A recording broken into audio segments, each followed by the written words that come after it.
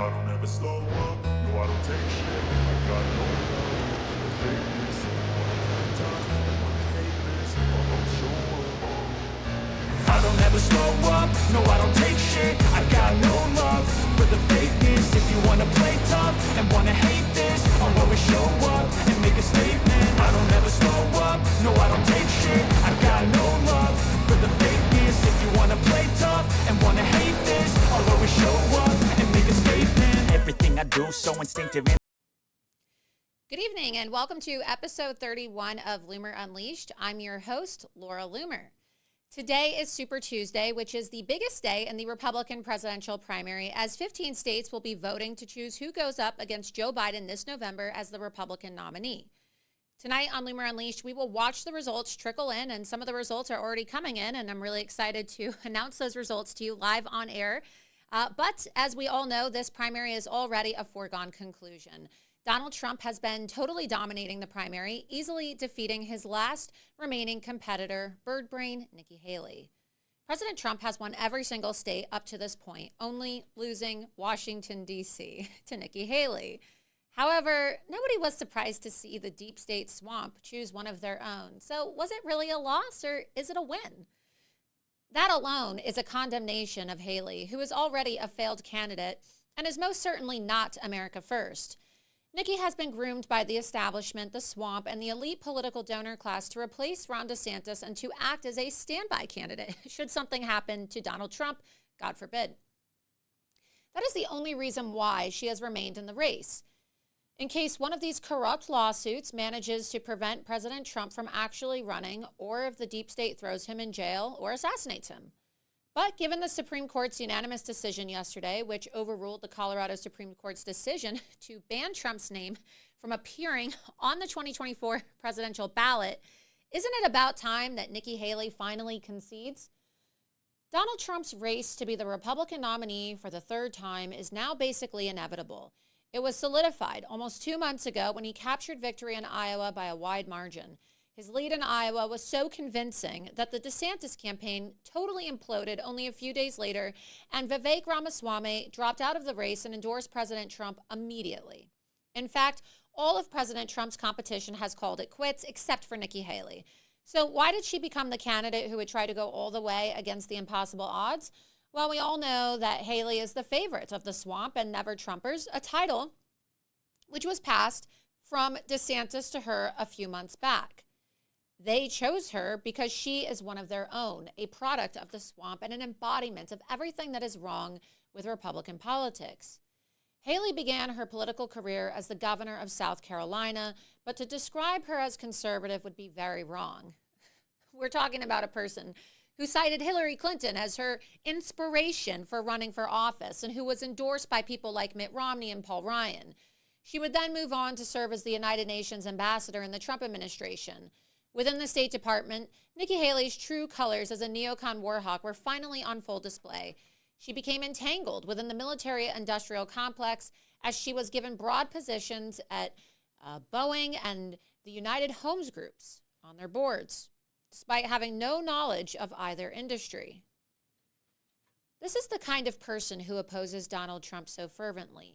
Nikki Haley is a swamp monster whose entire career has been propped up by establishment politicians and special interest groups rather than her own merit or popularity. This has shown through very clearly these past few months. The only place she's been able to win is the heart of the swamp itself in Washington, D.C., which is now a crime-ridden shithole.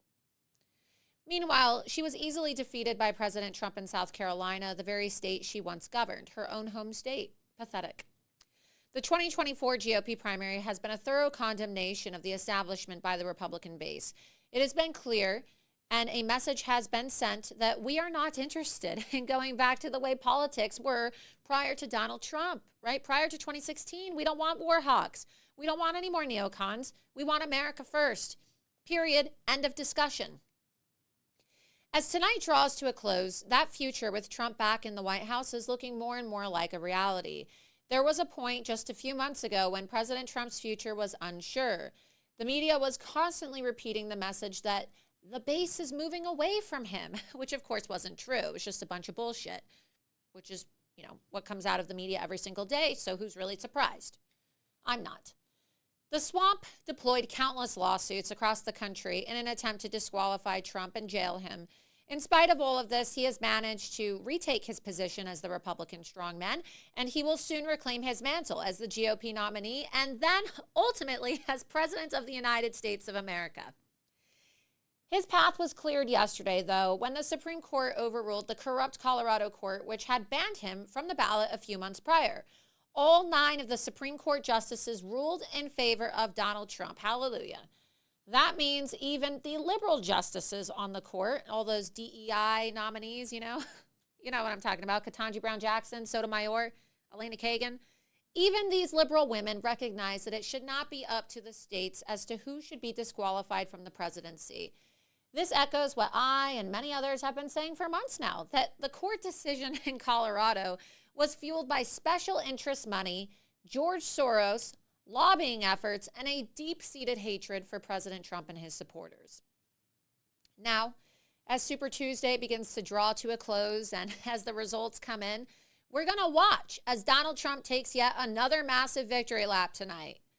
His performance today will be the final nail in the coffin of Nikki Haley's failed candidacy, and his victory will be another death blow to the old guard of the Republican Party. With people like Ronna Romney and Mitch McConnell stepping down from power, Ronna Romney is expected to step down in 3 days. I don't know why she wanted to stay in for the duration of Super Tuesday, but God, I am counting down these next 72 hours, and I can't wait. I cannot wait. I cannot wait. I cannot say that enough times for Ronna Romney to be removed as the RNC chairwoman. And with these removals and these resignations and announcements of retirement, we may finally be on the cusp of a brand new age in Republican politics. It will be an age dominated by a more authentic conservatism, one that is far less beholden to corporations and maintaining the status quo. Tonight, we will watch as the Republican Party moves one step closer to being remade in the image of Donald Trump and America First. And what a beautiful thing that is going to be. There is a young female journalist, conservative journalist, by the name of Laura Loomer. If America's men acted like Laura Loomer, our problems will be fixed in about 5 minutes. Chained herself to She Twitter. chained herself.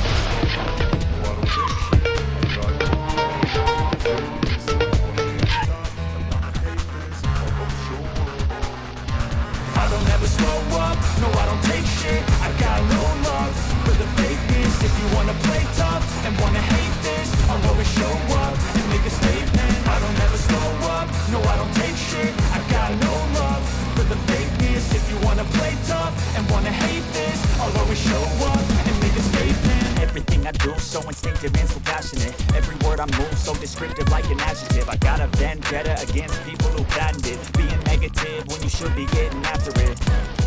I got facts over tracks, this and that. Spitting slow, spitting fast, I could roast, I could gas. Think I'm okay at last, but I don't know if that can erase all the past and the pettiness. Thank you so much to A reflection everybody. of the emptiness, hilarious. You think you're worth my time, you're delirious, mysterious. really Because you excited are behind a fake because, exterior, well, inferior. You know I'll always be a bit superior. Get off of me, this ain't no humble brag. I want you to hear words, you can say them back. I want you to feel free from the chains that last. And to believe in what you got, it was built to last. Yeah. Right? It's going to be an amazing watch party.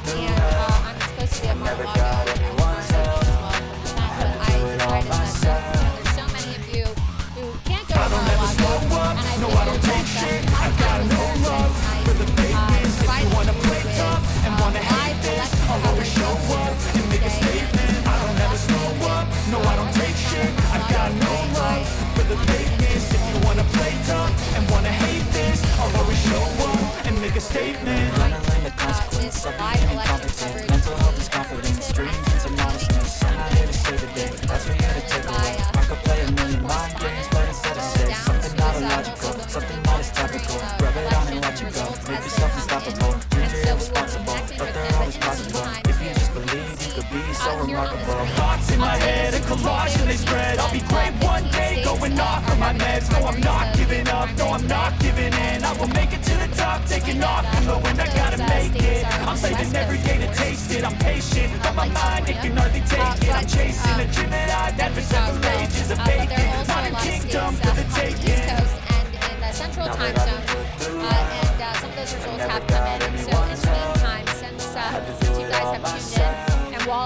live on I don't ever slow my up, monologue. no I don't take President shit, Trump I has got one no vote to go love up, for the which is fakeness. great If you because wanna President play Trump did tough not and win wanna in hate this, I'll 2024 always show up and make a statement. President I don't Trump ever also slow won up, North no I Carolina. don't take shit, I President got no Trump has love won for the fakeness. Alabama. If you wanna play President tough Trump and has wanna won hate Virginia, this, I'll always and show I'm now up also and hearing make that a President Trump statement. has won Maine.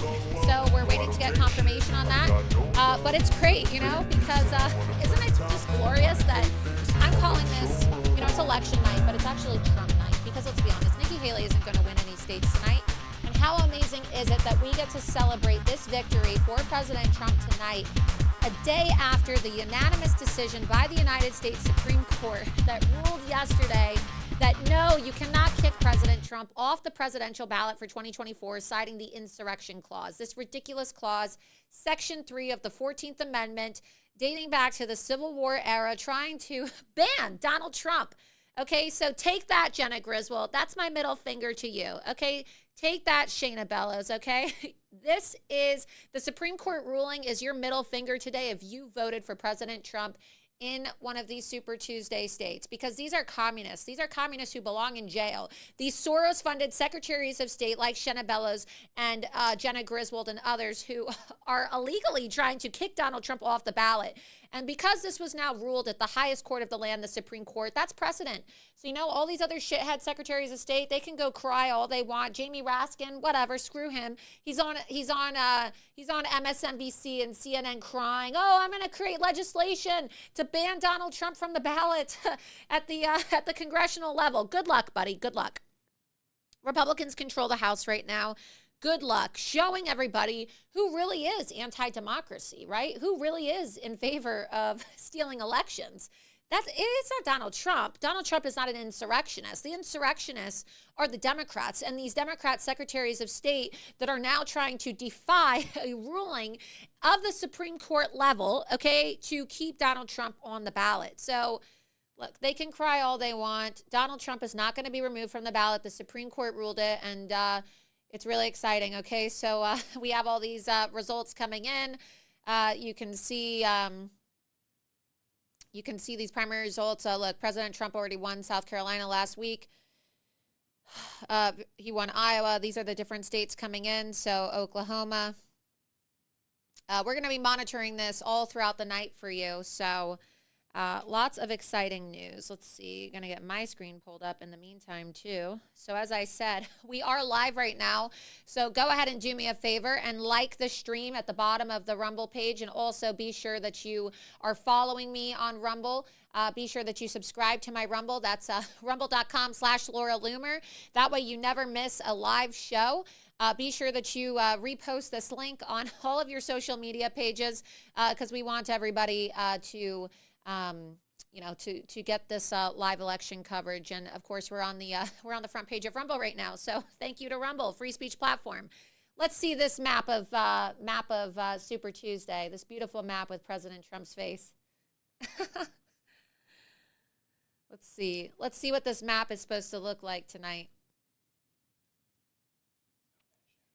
Okay, so we decided that we're going to mark the states that President Trump has won and is winning tonight with pictures of his face. So we're going to put a Trump face on every single Super Tuesday state that he wins. So be sure that you follow along with our map. Let's see what else. Let's see. Can we get Charles? Can we get Charles on? Is Charles connecting? Charles is about to join us. And we are going to be talking about the Super Tuesday results.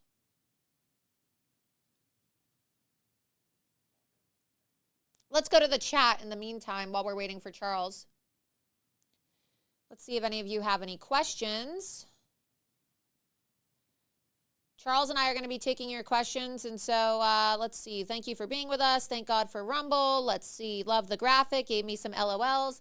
Yeah, so I have a great graphics team, you guys. And every single time that President Trump wins a state tonight, we're going to just put his face on the map. So we're really excited that Charles will be joining us any moment now. So let's see. Do we have Charles? Charles is almost there. He will be joining us soon. Let's see. In the meantime, Oh, by the way, while I was getting ready for tonight's show, breaking news update: the FBI actually just came out with a warning and some breaking news. A manhunt is underway for an Iranian national who they believe is in Miami, Florida, trying to kill U.S. officials. So just another result, of course, of Joe Biden's open borders. And if you haven't already, be sure that you watch the exclusive video that I released today on my X and Rumble of my interview with an illegal alien invader from Ecuador when I was in Darien Gap, Panama, who was telling me that he's going to be coming to the United States illegally and trying to vote for Joe Biden in our election, okay? So I believe we now have Charles. Charles, can you hear me? Well, I can Charles, hear are you, there? Laura. How's it going on this fantastic, historic night? It's It's very exciting watching it's these great. results come It's in. great. Are you excited for Trump night? I'm calling it Trump night because yeah, we could call it election night, but let's be honest, it's Trump's night. It's Trump's night. No, it's a great night, America First night, because tonight is the official death of globalism within the Yes, GOP. it And is. everyone should be so happy about that, especially with the result that just came in from Oklahoma. If y'all remember, Trump lost Oklahoma in 2016, and tonight he won that state within moments of polls closing. And I think that signifies that the MAGA takeover of the GOP is complete. And Trump's about to win Texas, too. And Texas is in the same boat as Oklahoma.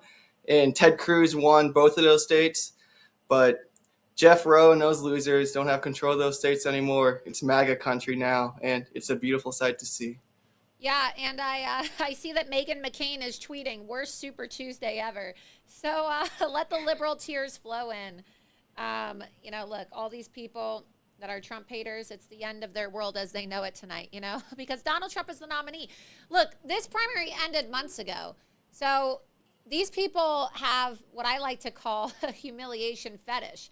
Because what are you expecting? Do you honestly think that we're not going to support Donald Trump? Do you honestly think that we want a swamp monster like Nikki Haley in office? No. So for all these people like Meghan McCain, and perhaps we can get her tweet pulled up on the screen and show it. She's got me blocked, so I had to I had to look at the screenshot. But like, what are these people expecting? You have Jamie Raskin going on MSNBC Oh, crying and gosh. saying, we have that clip. We're going to play it for people tonight too. But look here, Meghan McCain. We're going to get her tweet pulled up right now. I mean, what does she think? Oh wow, I really I thought think Nikki Megan's just Haley was going to win. I really thought Nikki Haley's going to win.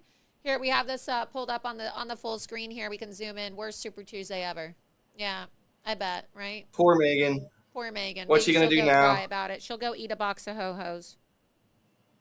She'll go cry on the View. But now people like Megan McCain tonight, their GOP, their little party, is officially dead, and that is Yes. why they're having mental breakdowns. And that's why Jamie Raskin's having I a should have worn breakdown too, black because tonight. I should have worn you black should have tonight for in the honor of funeral. her. I know, in honor of the funeral. But you know what? I'm having a good time. I wanted to wear, I bought this top for Super Tuesday tonight. So I wanted to wear some color and whatnot. But maybe I'll wear black another Very day. celebratory. Yeah, I mean, No, I don't but it's know. funny how these It's people like I was gonna say it's funny how these people like Liz Cheney and Megan McCain, whose families lied about, starting a war, try to lecture MAGA about principles. It's real hilarious. So it makes their downfall tonight even more epically awesome. yeah. So President Trump has also won Tennessee as well. So that's great news as well. Breaking news, President Trump has won Tennessee. President Trump has won Maine. Woo! Take that, you stupid bitch, Shayna Bellows. Oh yeah, no, she You know tried, Shayna but Bellows? Yeah, how much she's do we almost want as to bad bet? as How the much do we one from want to bet? Colorado. How much do you want to bet Almost as that bad as Griswold. Shayna Bellows is having a big tub of ice cream tonight with Jenna Griswold? You know they're friends. They attended these Soros Zoom calls together, Shayna Bellows and Jenna Griswold, and Yeah, I I believe think we like one have of that them was clip. driving. I think one of Let's them get was the literally clip pulled up. driving. I remember that. Do we have They're a clip? I crazy. know that I But nah, tweeted they're it probably not today. taking it well. We'll get that clip pulled up in a moment, but I reposted the clip today of you confronting Jenna Griswold when they were at the Supreme Court when Crew was trying to make the case. So we'll go ahead. We're going to download that and play that clip momentarily too. But I just love the fact that, you look, Trump Trump's going to win Colorado tonight too, and it's just going to be glorious, right? We're going to see Trump win Colorado. He just won Maine. And so again, I don't care if people get offended by this. I have my 2 middle fingers up, one for Jenna Griswold and one for Shayna Bellows tonight. And, you know, if I had more middle fingers, I would put them up too. But that's for all of these communist secretaries of state who tried to rig our elections. They belong in jail for election interference. And I just love it. I'm so proud of Donald Trump. And I would have loved to have been at Mar-a-Lago tonight. It's just it fell on a Tuesday, and Tuesday is the show night. But I love my supporters and I love my fans. And so, you know, I'm not complaining, of course. It's great to be here with everybody tonight. But for the people that are like, oh, why are you not at Mar-a-Lago tonight? Because there's a really big party at Mar-a-Lago tonight. I decided that I wanted to do my show live. I wanted to do my show live and provide everybody with election coverage because not everybody can go to Mar-a-Lago. And so it's an honor and it's a privilege. But I wanted to provide people with pro-Trump America First coverage because, you know, Fox News isn't going to be taking a pro-Trump stance. CNN and MSNBC aren't. But this is live election night coverage for everybody who loves and adores President Trump and supports the America First mission. So I'm really happy to be here with all of you tonight. And President Trump is going to be giving remarks live from Mar-a-Lago tonight at 10 p.m. We're going to get a live feed of that. And so hopefully people will stay on for the full show. It's probably going to be a little bit over a 3-hour show tonight just because we are going to try to go live for President Trump's remarks tonight at Mar-a-Lago. So if you're planning on going to bed early, just know that if you stay up a little bit later, you'll be able to hear President Trump's remarks. And I'm sure I'm already hearing from people that I know who are at Mar-a-Lago right now that it's an electric crowd. People are very excited. People flew in from all over the country. Representatives, President Trump had a really great live stream last night.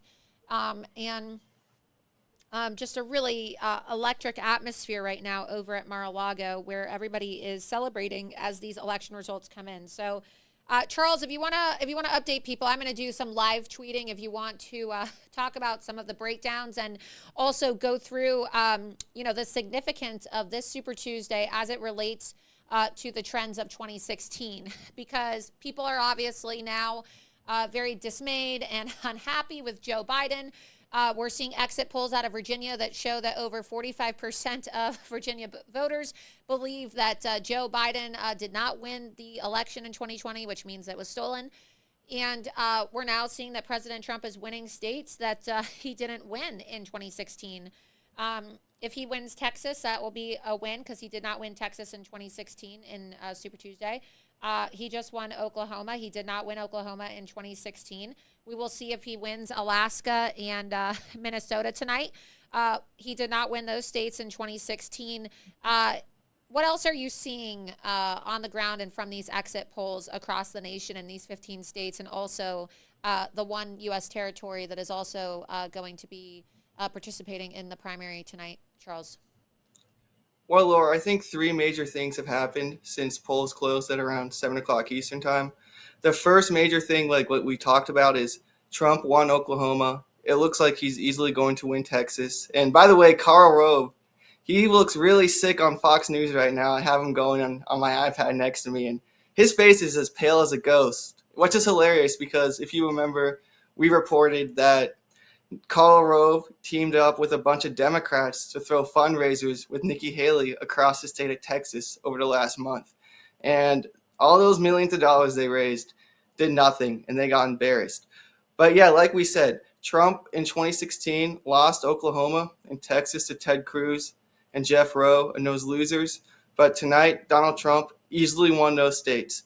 And that signifies that Trump and MAGA are now the dominating force within the Republican Party, and it's not even close. So that's fantastic news. The second major thing that happened is North Carolina. So Trump won North Carolina minutes after polls closed, which is great news because North Carolina is a must-win state in November.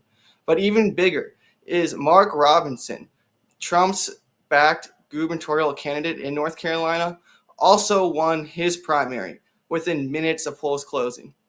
So that shows that Donald Trump's support in North Carolina is strong.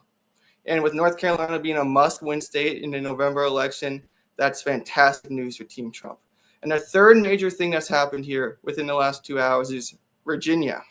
Now, Nikki Haley, She was in Virginia hardcore. Like literally, she was in Northern Virginia where a bunch of the military industrial complex people live. And Arlington, Virginia, I think is like the second or third wealthiest zip code in the United States. I think only Beverly Hills might be more wealthy than Arlington, Virginia. And Arlington, Virginia's zip code is so wealthy because the military industrial complex is headquartered there. So like Raytheon. Yes, I believe you're having some internet connection issues. You may want to try to reset. Let's see. Yeah, I'm doing that right now. Okay, I think it is my I internet can hear you connection. better. I think that your connection is better. All right, that's good. Okay, we have you back if you want to get him back on full screen. All right. Go ahead. I can hear you. All right, great. So I was on Virginia, and Trump winning Virginia really quickly was fantastic news because Nikki Haley, all her allies within the military industrial complex are located in Northern Virginia. And the fact that Trump won that state within minutes of polls closing shows that Haley, despite her strong support in the most populous regions of Virginia, just couldn't compete. And earlier this week, Team Trump said they expect Virginia to be in play in the 2024 general election. And that would just be fantastic news all around. That will force the Democrats to spend heavily in a state that they have won easily in the past few presidential election cycles. So those are the big three stories that have come down the pipe so far. Going forward into tonight, California. Loomer, if you remember, you played a significant role in the California GOP primary. Kevin McCarthy and his allies were trying to rig it to ensure like all the delegates. California has the most delegates at stake, by the way. So to ensure all the delegates got split up by a lot. So like if Nikki Haley gets blown out, if McCarthy would have had her way, she could have gotten like a huge chunk of the delegates still. But thanks to Laura's reporting, those rule changes were not implemented. So California remained a winner-take-all state as long as Donald Trump gets over 51%, which it looks like he will. So Trump's going to rack up all those California delegates, and he'll be in a position to officially clinch the nomination next week. So everything's looking really exciting. And then if you combine it with Trump's legal victories at the Supreme Court this week, it seems like MAGA is on an unstoppable roll going into the general election. Yeah, it definitely feels that way. And the momentum on the ground for President Trump is just incredible. You know, we have so much support for President Trump. And I think people are starting to really wake up. You're seeing just terrible polls for Joe Biden. And also, too, it's getting a lot harder for these morning and also evening talk show hosts on MSDNC and CNN to pretend like they support Joe Biden. Every single day, it seems like you're hearing a more high-profile Democrat speak out against Joe Biden, and you can see that this false presentation, this facade of unity that the Democrat Party is so famous for, right? They're always pretending like they're so unified. They really aren't as unified as they like to pretend they are. There's they now have Hillary Clinton out today. I don't know if you saw this. They have Hillary Clinton out today saying, "Oh, stop talking about Joe Biden's age." She's calling on Democrats to stop pointing out the fact that Joe Biden is in cognitive decline. I felt that was kind of funny today, that they now have Hillary Clinton. They also now are trying to bolster Joe Biden and quell rumors that he may not be the nominee. I saw today that Michelle Obama's official spokesperson actually released a statement from her office, perhaps we can get that pulled up, saying that she was not going to be running for office. Now, look, as we know, the DNC rules make it so that technically that could be true. You may not technically run for office. You could be appointed during the DNC convention in August of 2024. So two things can be true. They could still say, "Oh, I said that I was never going to run for office, but I was appointed." And then that's how they could do it, right? You see, we got that up on the screen. Michelle Obama's office says the former First Lady will not be running for president. Yes, she may not technically be running, but if she's appointed, you know what I'm saying? If she's appointed by the DNC rules, and we had an article up on Loomer.com explaining this for people that want to understand how that DNC process works, and perhaps you can get into that too, Charles. But it is interesting that on the same day that Hillary Clinton is coming out saying, stop talking about Joe Biden's age, it's not helpful, Michelle Obama issues a statement saying that she's not running. And then Joe Biden is out there saying that having to defend and aggressively after getting confronted by a reporter today on the campaign trail about losing and his declining poll numbers, Joe Biden had a bit of a meltdown and said 5 in a row, 5 in a row. Well, that doesn't really mean anything, right? I mean, look at the DNC is literally trying to prevent candidates from being on the primary ballot in certain states. So it's not like it's a fair primary, at least with Donald Trump. As much as we dislike Nikki Haley and others, they've been able to participate in the primary. The Democrats are rigging their own primary by denying their own candidates a presence in some states on the ballot. So it's easy for Joe Biden to say things like, oh, 5 in a row, 5 in a row, it's Democrat primary.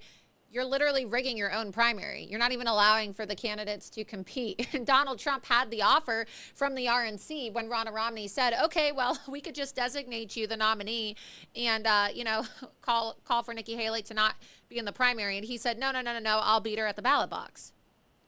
Because they want to create this narrative. They want to create this narrative that Donald Trump is a dictator, that Donald Trump doesn't believe in democracy. We don't have democracy. We have a constitutional republic, first of all.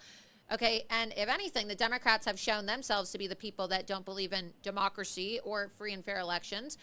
Because let's play this clip from Jamie Raskin if we can. Let's play this clip from our Jamie old pal Raskin. Jamie. I am working with a number of my colleagues, including Debbie Wasserman Schultz and Eric Swalwell, to revive legislation that we had to set up a process by which we could determine that someone who committed insurrection is disqualified by Section 3 of the 14th Amendment. And the House of Representatives already impeached Donald Trump for participating in insurrection by inciting it. So the House has already pronounced upon that.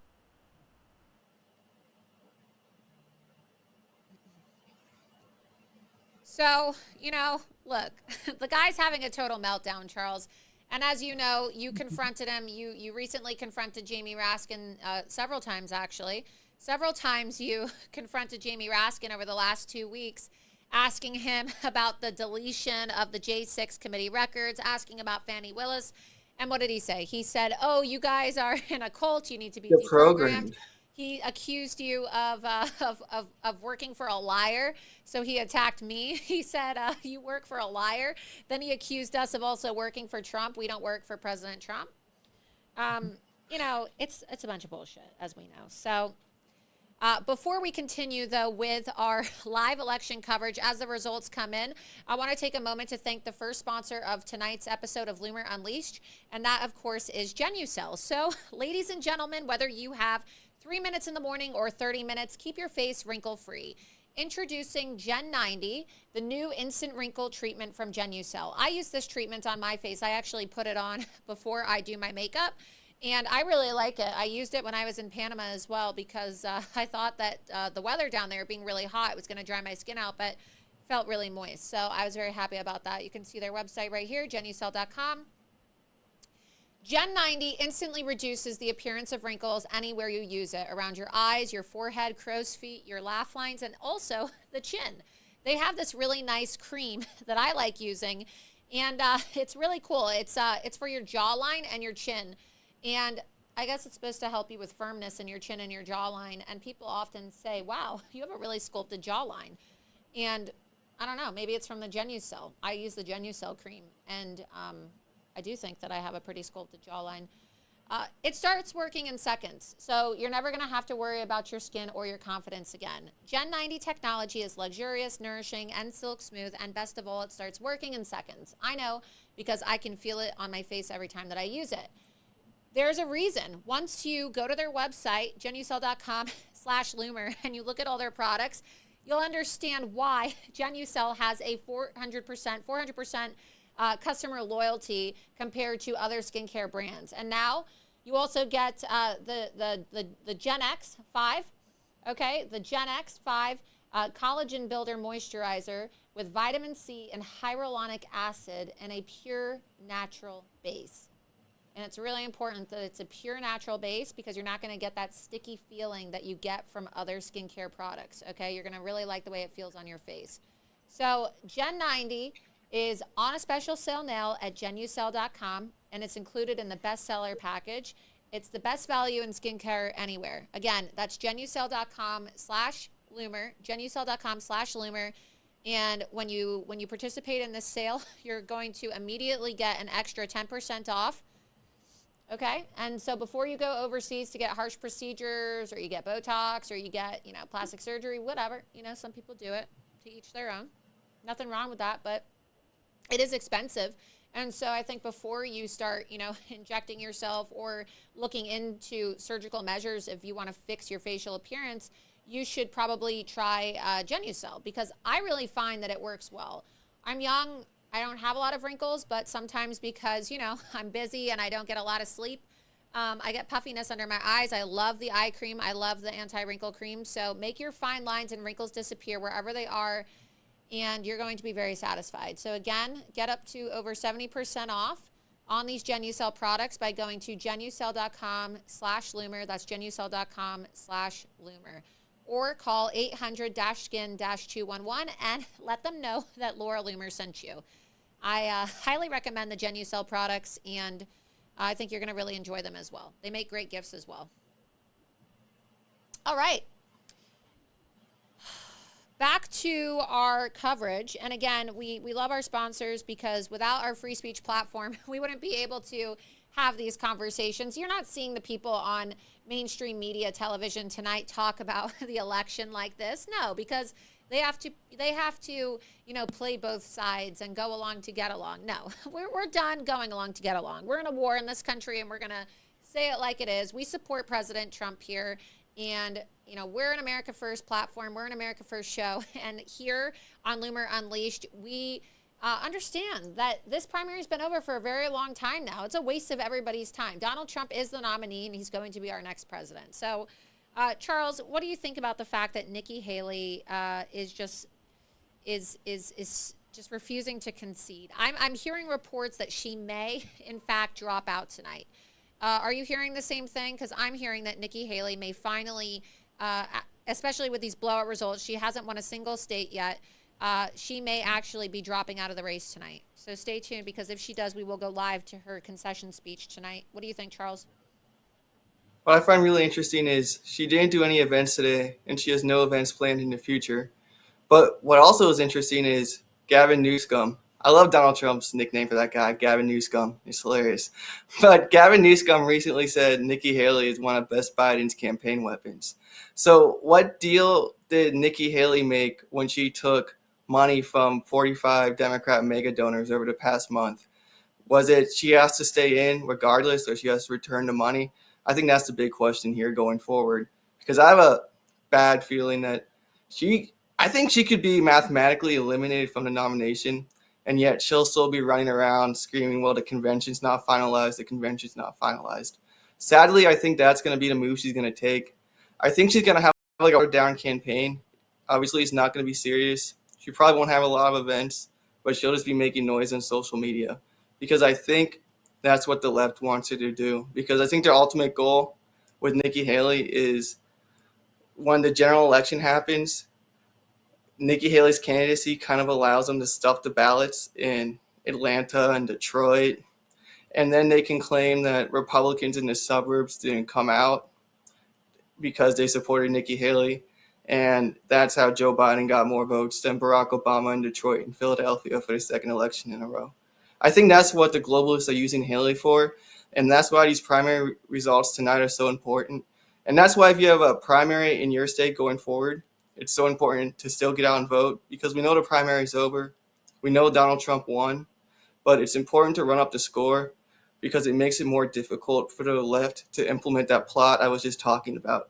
And if you watch cable news like CNN and MSNBC and Karl Rove on Fox, they're literally repeating what I'm saying. Oh, suburban voters, they love Nikki Haley and they're not going to go out for Trump. Trump's got a problem.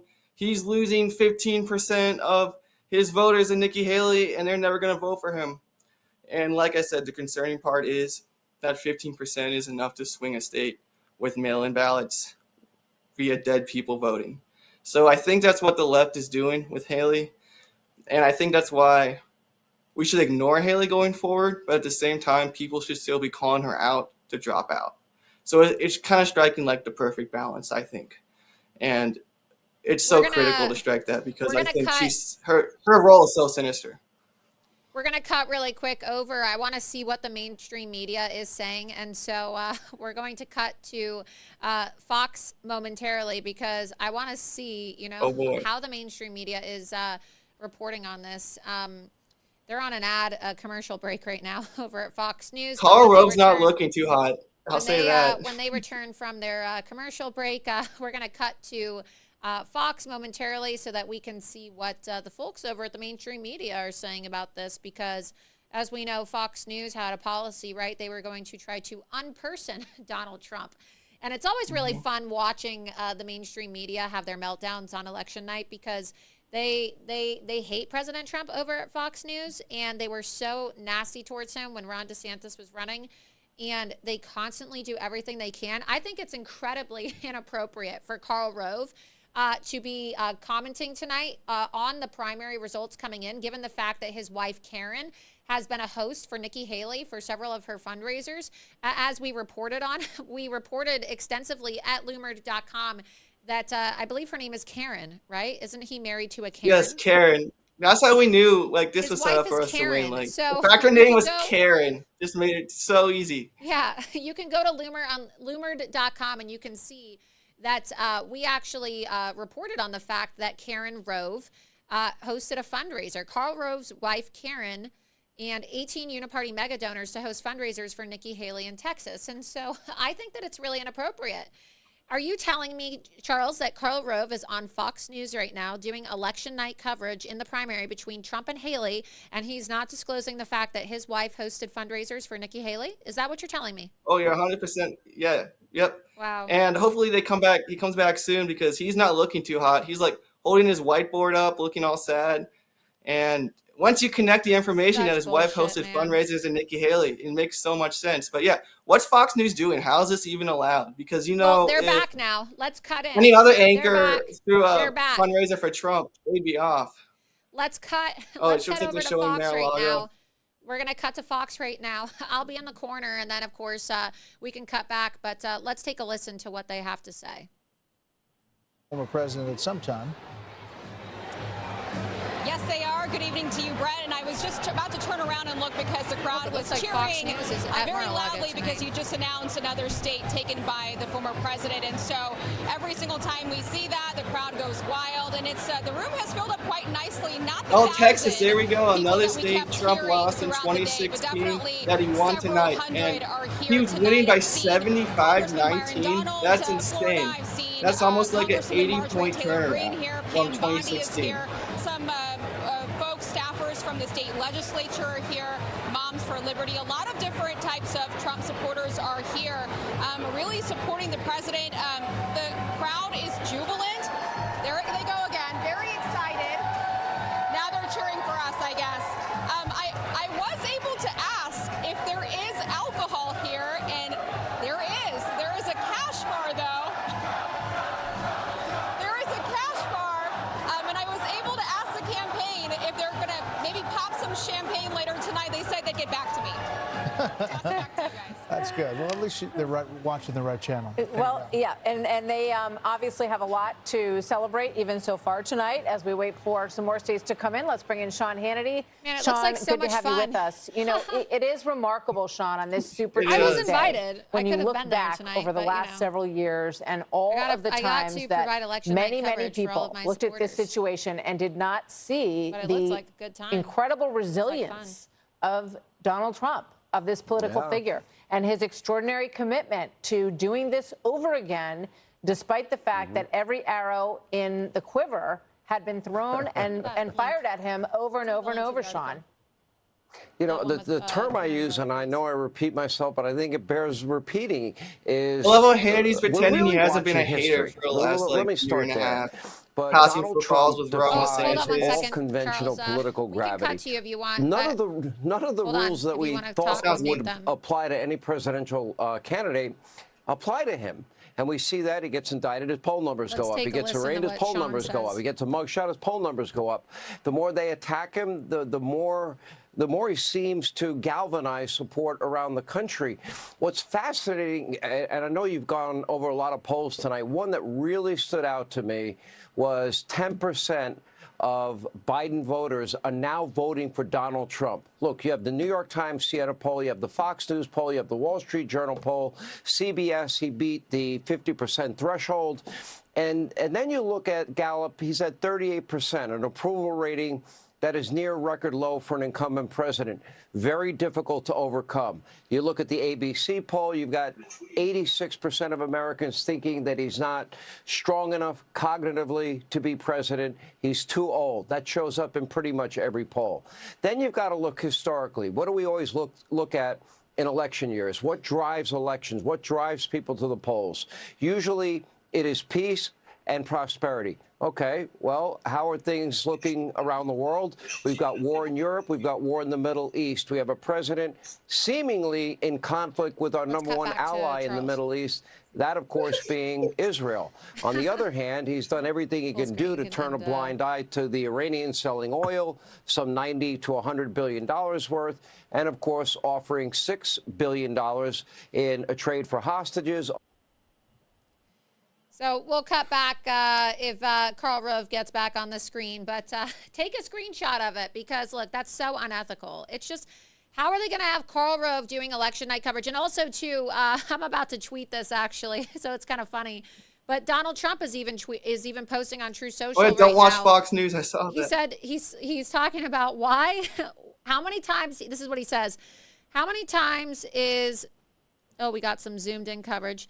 How many times is Fox News going to put on Rhino Bush apologist Mark Tyson? He was wrong about me in 2016 and in 2020. I got more votes than any sitting president in history, but the election was rigged. My record on endorsements is unmatched by anyone ever. Put on people who understand what is going on in politics, and while you're at it, get rid of Karl Rove. Exactly. And his wife, Karen Rove, has hosted multiple fundraisers for Nikki Haley's presidential campaign. Well, go ahead. I'm tweeting this right now, but it's funny that as we're talking about this, Donald Trump is probably sitting in his war room and he's literally posting this on True Social right now. So that's pretty funny. Well, I just sent you a clip of Karl Rove. He sounds really mad and a little drunk too. I don't know what's going on, but he's literally having a breakdown. Yeah. Put it in the chat. Put it in the chat and we'll play it. We'll play it right now. No, but like, yeah, how's he even allowed to cover this? It's just ridiculous. Like, they should have a disclosure. FYI, this dude's wife raised millions of dollars for Nikki Haley. I don't think his opinion is unbiased. No, like, it's not. Could you imagine if Jesse Waters' wife threw a huge fundraiser, not just one fundraiser, multiple fundraisers for Donald Trump? I don't think they would allow Jesse Waters to do election night coverage if that was the case. They absolutely would not. Do we have that clip of Karl Rove? Let's get that clip pulled up of Karl Rove. Yeah, it just goes to show you how dishonest they are, because why should anybody care about what Karl Rove has to say tonight, right? Like, why should anybody care about what Karl Rove has to say? He's like a 5-time loser. Yeah, let's get that on. Let's play that clip. Him and his lame whiteboard. Yes, get that one up. Let's play that clip. We're going to get it up right now, Charles. And yeah, people are on Twitter actually talking about how Karl Rove is crying on Fox News right now. We've got Karl Rove crying, we've got Meghan McCain crying, we've got MSDNC crying, we've got CNN crying. Hopefully tonight we'll be able to see Nikki Haley cry. Let's go to Fox News and watch Karl Rove cry. Let's play the clip. I don't ever slow up, no I don't take shit. I got no love for the fakeness. If you wanna play tough and wanna hate this, I'll always show up. I don't ever slow up, no I don't take shit. I got no love for the fakeness. If you wanna play tough and wanna hate this, I'll always show up and make a statement. I don't ever slow up, no I don't take shit. I got no love for the fakeness. If you wanna play tough and wanna hate this, I'll always show up and make a statement. Everything I do so instinctive and so passionate. Every word I move so descriptive like an adjective. I got a vendetta against people who patented being negative when you should be getting after it.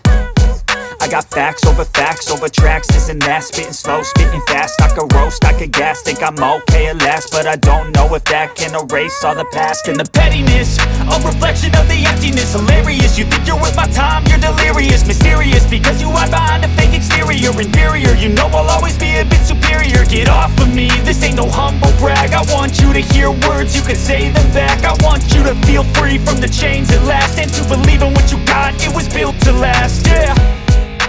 Now that I've been put through hell, I never got anyone's help. I had to do it all myself. I don't ever slow up, no I don't take shit. I got no love for the fakeness. If you wanna play tough and wanna hate this, I'll always show up and make a statement.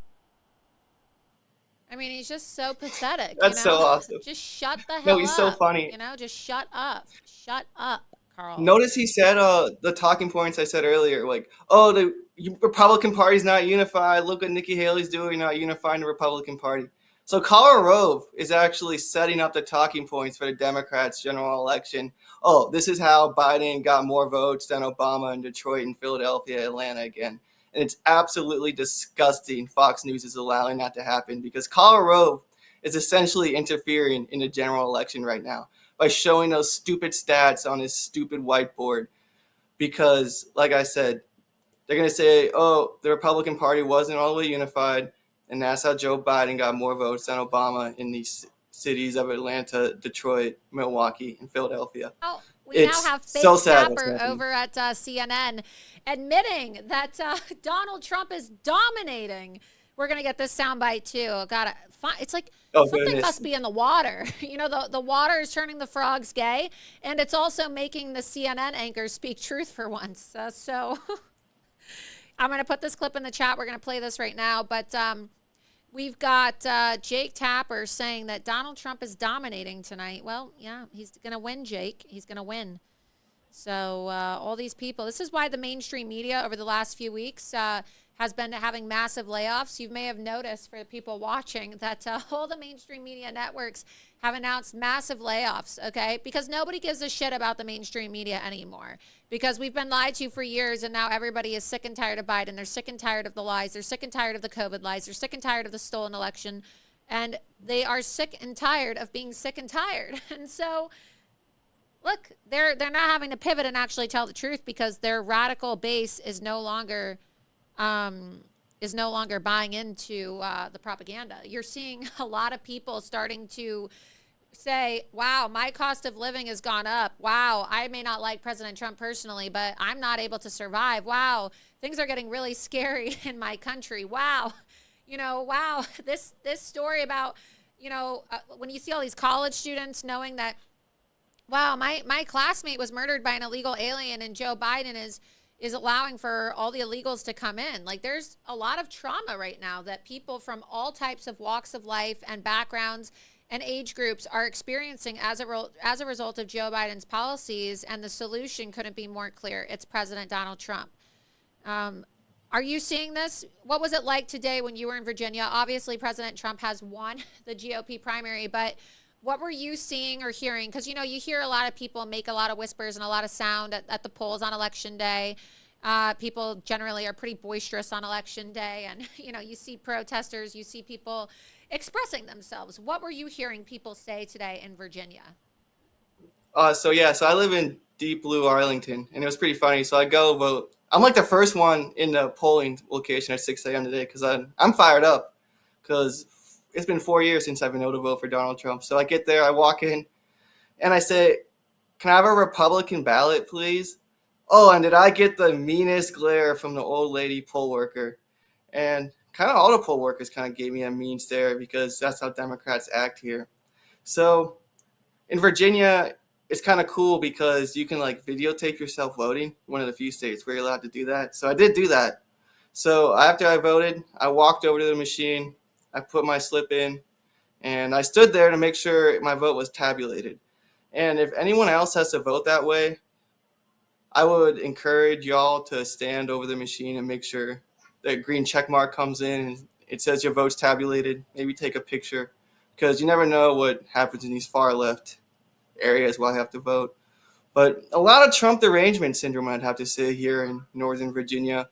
A lot of government workers who have been paid very, very nicely, and government contractors too, who have been paid very nicely from the government since, like, I would say, the Obama regime. I'm freaking out. Breaking news, breaking news. Sorry to interrupt. I don't mean to interrupt. Oh, it's all good. News. Woo! Trump just won Colorado! Woo! Oh, there we go. Take that, Jenna Griswold, you commie bitch. Woo! Yeah, Trump wins Colorado. Trump wins Maine. Look, I just love it because the Supreme Court yesterday unanimously ruled in support of Trump, and now the two Maine secretaries of state in Maine and Colorado that were trying to remove him, hey, what do they call it? BTFO. They got BTFO tonight. So Trump just won Colorado. Would Janet be running the MSNBC again? Because it's been really funny watching her on MSNBC. Like, literally, ever since she got embarrassed at the Supreme Court, Secretary of State Griswold has just been going on MSNBC and, like, crying. She cried again today. Hold on. We have to get our full screen graphic right now so that we can put Trump's face on Colorado. So let's do it live on air. That's important.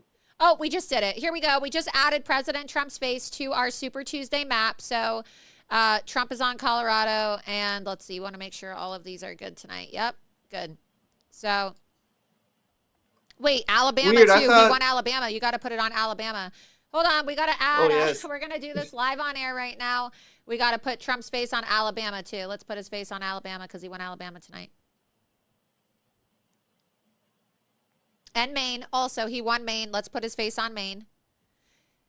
If you like our Trump map tonight, this is what it's going to look like, but all 50 states on election night, you guys, in November. If you like our graphics team and you like the idea that they had tonight to put Trump's face on the map, put one in the chat. Put one in the chat and give a shout out to our graphics guy, Cannon. He's doing a great job. Graphics guy / producer because he's a Renaissance man. Doing a great job. People love it. Let's go to the chat. Let's see. Let's go to the chat. Do people love your graphic? Let's see if you're going to be getting a promotion. Does he deserve a promotion? Is he doing a good job, you guys? Clever. Yeah, I was driving back. I was driving back because yesterday I had a deposition, right? So I was in Palm Beach all day yesterday because I had to go to an 11-hour deposition because I'm suing an attorney for malpractice. And my God, I was like, had to testify for over 7 hours. It was awful. And I'm driving back this morning and I'm like, all right, we got to do show prep. Like, what's the plan? What are we doing? What are we going to have for graphics tonight? Because, you know, it takes a lot of time to go over all these shows and prep for them, right? It's a full production. And they're like, we have an idea. And I said, what's the idea? And they said, Trump map. I said, what are you talking about, Trump map? We're going to get a map, and we're going to put all the states, and we're going to highlight the states, the 15 states for Super Tuesday, and then we're going to put Trump's face on every single state that he wins. Trump map. I said, I love it. That's a great idea. It's a great idea. Whose idea was that? Oh, it was Cannon's idea. I said, wow, Cannon, great job. Great job. What do you think, Charles? Do you like the map? Oh, I love the map. I think it's a fantastic idea. It is, right? I can't wait till the general election when his face is over all the swing states. And I think it's so awesome tonight how Trump is blowing it out in these major swing states in the November general election. Think about it. Maine, he won within minutes. North Carolina, he won within minutes. More importantly, Trump's dude, Mark Robinson, who he called better than Martin Luther King Jr. And I might have to agree on that. Mark Robinson's pretty awesome. He won within minutes. And it just shows the pull and the power that the MAGA movement has. And it's also really exciting, too, that Trump won within minutes in Colorado and Virginia because those states could get a little interesting. And if Trump can get those states within the margin of error and make Democrats start spending in Virginia and Colorado, it will go a long way in helping him win the must-win states of Michigan. I'm tweeting this live right now. I'm quote tweeting Georgia. Our video from when you confronted and Loomered Jenna Griswold 3 weeks ago outside of the Supreme Court. Breaking: Trump just won Colorado. Woo! I'm awesome. so excited. It's so awesome that the communists are getting embarrassed on all levels. And our little friend Jamie Raskin, to remind everyone, he was the original one who wrote the 14th Amendment theory with Liz Cheney on the J6 committee report. And Crew and George Soros then took that and spun it with their own narrative to go to the Colorado Supreme Court, and the rest is history. So it's so awesome that literally the biggest jerks in politics are getting heavily humiliated tonight. And they were humiliated yesterday too. It's literally been 42 hours of fantastic freedom, I think. I'm tweeting, take that, you commie, Soros loving bitch. No, and I love too, like how she always runs the MSNBC. You know what? They wanted Trump to go to jail, so I don't care. I already told you. I have a middle finger for Jenna Griswold, and I got a middle finger for Jenna Bellows tonight, or Shayna Bellows. Shayna Bellows. I can't even keep their names straight. I don't care. They're both commie bitch to me. You know, whatever their names may be. But these women tried to steal our election. They belong in jail. They should be removed and impeached for election interference. And so I'm going to gloat tonight. You better believe I'm going to celebrate, because you know what? I'm not at Mar-a-Lago tonight. I could be at Mar-a-Lago. I was invited tonight to this watch party, and I chose to be here to celebrate with all of you tonight on Rumble. So I'm going to party, because this is our party, Charles. This is our party, live on Rumble, live on Loomer Unleashed, to celebrate Donald Trump's victory lap. And you know what? We were there outside the Supreme Court confronting Jenna Griswold. Loomer Unleashed was the first to actually expose and break down the fact that Crew was financed by George Soros, and to expose the financial network and the Soros ties. So I believe we have some sound effects. Are we going to play some sound effects, right? I don't care. I love it. I don't care. I wonder if Janet and Shayna are crying to each other on stage right now. Maybe Jamie plays something like Taylor Swift pickup music. I can see it. It's just great. I'm having a great time. Shayna. No, and it's fantastic too. And I wonder if Janet is going to go cry to MSNBC again tonight, because that seems to be her thing. When we asked her tough questions, she sprinted over to MSNBC and kind of cried. Then when the Supreme Court ruled against her, she went on MSNBC like 4 times and cried. And she was on MSNBC again this morning crying. So I wonder if she's going to go on MSNBC tonight and cry. I really think she will. And I really wonder, why does MSNBC keep having this lady on crying? Like, are we supposed to feel bad for her because she's going against the rule of law? Like, it's just so absurd about like what the left is doing to President Trump. Is the founders were very clear. If you don't get removed and found guilty by the United States Senate, presidents can't be charged with crimes. This stuff shouldn't be allowed to happen. That's why the Supreme Court Chief Justice oversees impeachment trials of presidents in the United States Senate. That's why it's called an impeachment trial. It's literally a trial. It's just so ridiculous. It's absurd. It's like their argument is so far off legally, they should be charged with a crime, because either they're really incompetent and shouldn't be in office, or they know better. It's just I don't know really which one it is with her, because she's pretty dumb. I just think that it is so satisfying that the Supreme Court unanimously struck down that ruling. And now tonight, right, you have Shayna Bellows and Jenna Griswold. I mean, what do you think they're doing? Do you think they're sitting at home eating a tub of ice cream? Do you think they're eating ding-dongs and ho-hos and Twinkies? What do you think they're doing tonight? They got to be crying. I think they're jamming some Taylor Swift breakup music. I have a great idea. Talking on Zoom. I have a fabulous idea. They are probably going to be crying into their pillow. From my understanding, Jenna Griswold doesn't have a husband. Look, a lot of people don't have husbands. I don't have a husband. But what I'm saying is that Shayna Bellows does. And so Shayna Bellows is probably going to be crying on her husband tonight. Woo! I feel bad for Donald Trump won. I thought that I was going to save America by kicking him off the ballot. She's going to like have snot all over her husband. But Jenna Griswold is probably going to ruin her pillow tonight. It's probably going to get those yellow stains that pillows get when pillows get water on them, you know? You ever like spill water? Or maybe you cried yourself to sleep one night and, you know, you wake up and you realize, oh, wow, my pillow has a stain on it. Jenna, I'm going to do you a favor, girlfriend, okay? Go to mypillow.com/Loomer and get your pillow so that you can get a discount. I'm just going to be the bigger person here, okay? You may be trying to steal our elections and kick Donald Trump off the ballot, but I'm going to try to give you a discount. I'm going to try to help you out, okay? So if you are crying yourself to sleep tonight and you destroy your pillow, go to mypillow.com/Loomer and you can get extra savings on all your My Pillows. You're probably going to be out of a job soon. Maybe you're going to be in jail, so you might want to invest in some slippers too. So that you have some comfy shoes. So that you have some comfy shoes to wear with your sweatpants at home. But yeah, you're going to be unemployed soon and maybe even in jail. So be sure that you take advantage of your My Pillow discount, girlfriend. So mypillow.com/Loomer, Jenna, in case you're going to cry yourself to sleep tonight. You're going to want to get a new pillow because nobody's going to want to sleep on a snot-filled pillow. They're just not. That's gross. That's really disgusting. Again, mypillow.com/Loomer for extra savings. Oh, live look at Jenna Griswold tonight. Trump wins Colorado. Live look of Jenna Griswold's face tonight. Wow. She's so sad. You know, I think Mike should just – I know Mike really values sleep, and she looks terrible. It looks like she hasn't slept in literally days. Like no, seriously, watch her MSNBC interviews.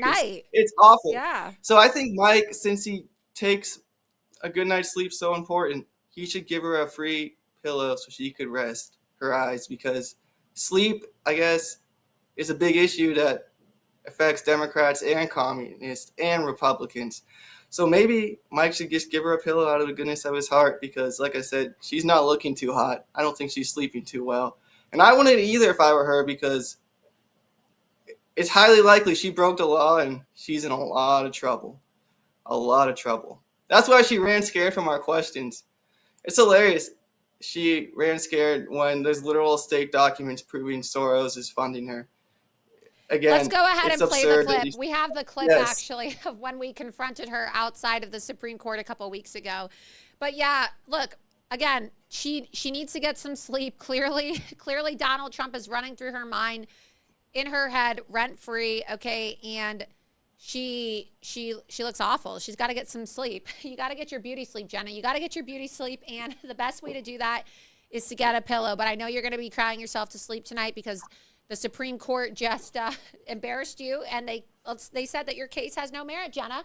And also, too, you're going to be crying yourself to sleep because, well, you look like a dumbass because you are a dumbass. And so when you ruin your pillow tonight, I want you to go to mypillow.com/Loomer and get yourself a brand new pillow.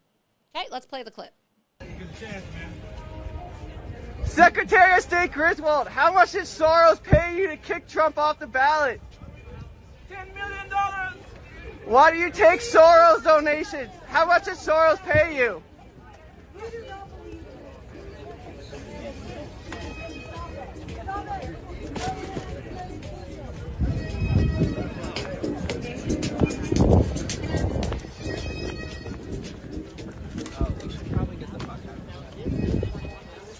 Secretary of State Griswold, how much did Soros pay you to kick Trump off the ballot?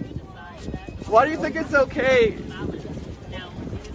for 74 million Americans not to vote for their choice for the president?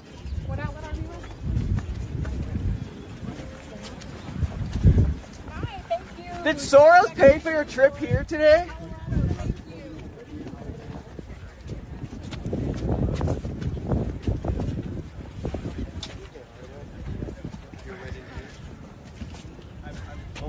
Only an interview, never an argument.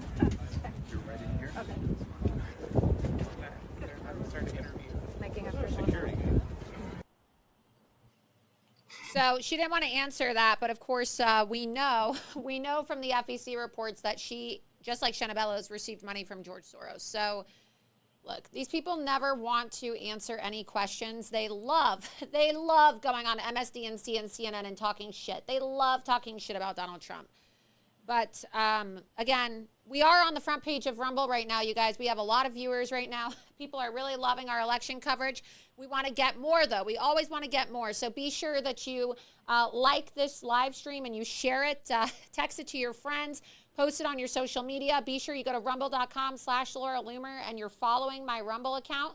It's free to subscribe. Also, be sure that you're following me on Locals, loomer.locals.com. You can do that by clicking the Get Loomered button at the bottom of my Rumble. We can put that on the screen so you can see that firsthand. But it's really important that you do that because that's, of course, how you can support my work and subscribe so that Charles and I can keep doing what we're doing. You can click Get Loomered right there, and that's where you can subscribe. Loomer.locals.com. Support. You can support me for $7 a month or $70 per year, or you can also give a one-time donation as well. But that's how you you can support my continued show, my shows, and also my independent journalism, which includes having Charles as my DC contributor. Do you enjoy being the DC contributor for Loomer Unleashed, Charles? You having a fun time? Oh, yeah, it's fantastic. And we've broken so many fun stories over the last 2 months that all are so relevant to what's going on. We were the first ones to point out how dumb Jamie Raskin is. So we hated on that guy before it was cool. We also got Nikki Haley, James Biden, Hunter Biden. So we've really been leading the way, I think, with our coverage from Washington, D.C. And like I said, it's been so much fun and really impactful, too. Breaking news right now also. I am being told that the Texas House Speaker, Dade Phelan, who, of course, tried to impeach Ken Paxton, has been defeated in the primary. So big news out of Texas. Wow, another tonight. strong win for Trump down ballot. He was anti-Trump. And that's in Texas, too. And that was the state that Trump lost in 2016 on Super Tuesday night. That now he is winning by, looking at Fox's margins, 86-15. So that's pretty impressive. And the fact that Trump's pro-MAGA candidates are also winning down ballot in the state that he lost in 2016, again, just shows that the Republican Party is now a party of MAGA, and the Bush influence is dead, and Jeff Rowe and all their lame influence is dead too. So tonight is just a fantastic night for patriots across the country. Yeah, I'm posting this just now. Texas and Oklahoma just looking like that is just awesome, and it's just so monumental for everything going forward. I'm posting now. What else are you seeing? I know that you're also monitoring. Let's give some live updates right now about what some of these polls are looking like. I know also, too, people are still voting out on the West Coast right now, too.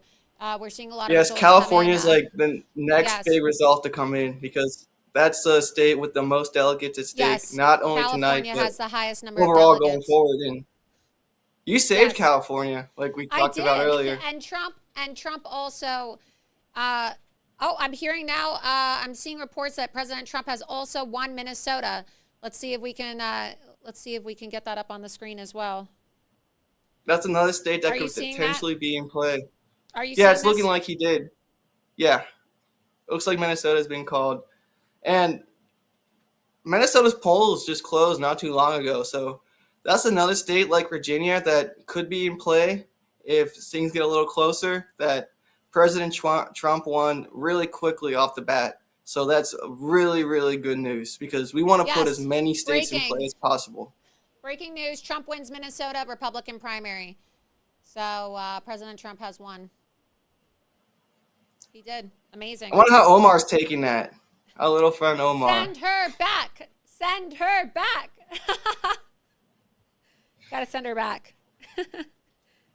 I'm live tweeting all these updates too while we're live on air right now. So again, you guys, be sure that you're sharing this link everywhere because we are live and we're doing live election coverage on X and Rumble. What else are you seeing? I'm just really excited for California to come in because, like we've been saying, since you saved California, as long as Trump gets over 51%, which is looking likely, he's going to get all those delegates. And once he gets all of those, there's really no stopping him because he'll have California and Texas.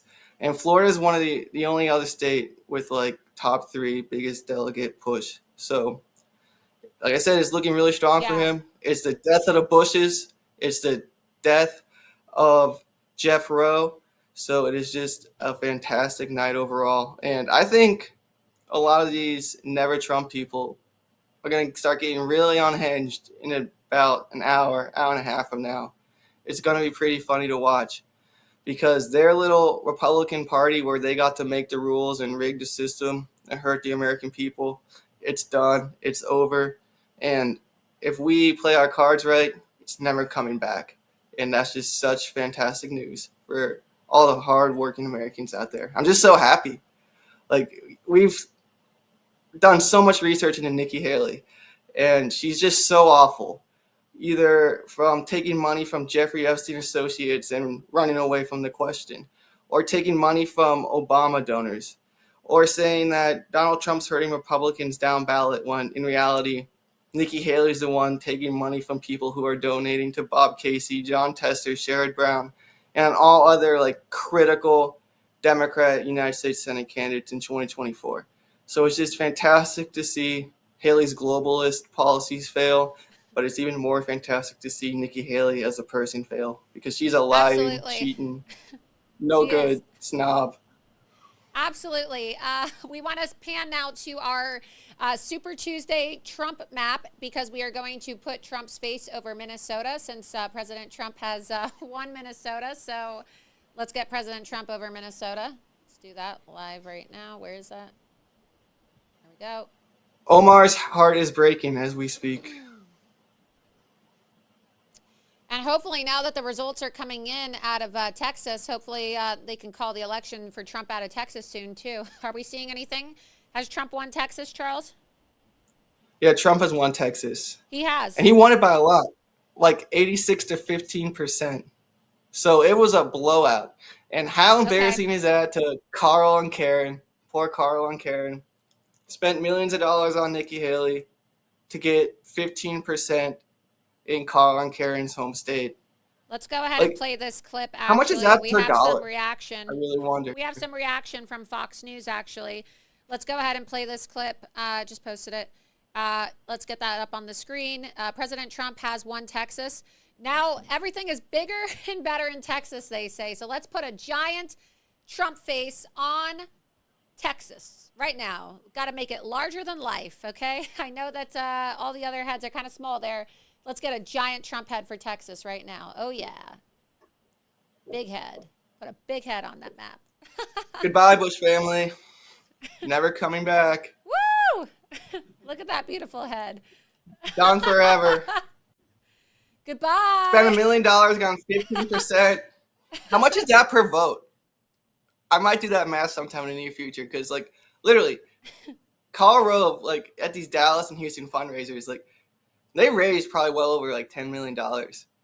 So $10 million to get 15% in Texas. How much is that per vote? Like, that's so embarrassing. That has to be so embarrassing. And why, like what we talked about earlier, why is he allowing this clown on television when his wife Karen threw fundraisers for Nikki? And they're complete failures. Well, also, it's worth noting too that Trump did not win Texas in 2016. He did not win Texas. I believe wasn't Ted Cruz the winner of the Texas GOP primary in 2016. So this is actually a really big deal because President Trump is victorious, and you know he defeated the Bush cartel. We know that they were very hostile. They were having a lot of fundraisers in Texas, in the Texas GOP there for Ron DeSantis and also Nikki Haley. And now President Trump, also breaking news, President Trump has won Massachusetts. President Trump has just won Massachusetts. Woo, man. Woo, we are really going to have to just cover this whole damn map tonight. I think it's looking like November. All these states are going to be covered with Trump's face. What do you think, chat? Should we just put Trump's face over this entire map? Should I just go home early tonight? Or are you enjoying the show? Should I just sign off early and say, whatever, Trump's the winner? We're going to make Trump king of the United States forever? Should I just sign off right now? Let's go to chat. Do you want me to end Loomer Unleashed right now and just go home, or are you enjoying this stream? Are we going to keep on going, or are we just going to cover the entire map with Trump's face and call it a night? What do you guys want to do? Should I go home or should we stay? Okay. Trump wins planet Earth. Press I like one. that one. Press 1 if you want me to stay and keep covering states with Trump's faces.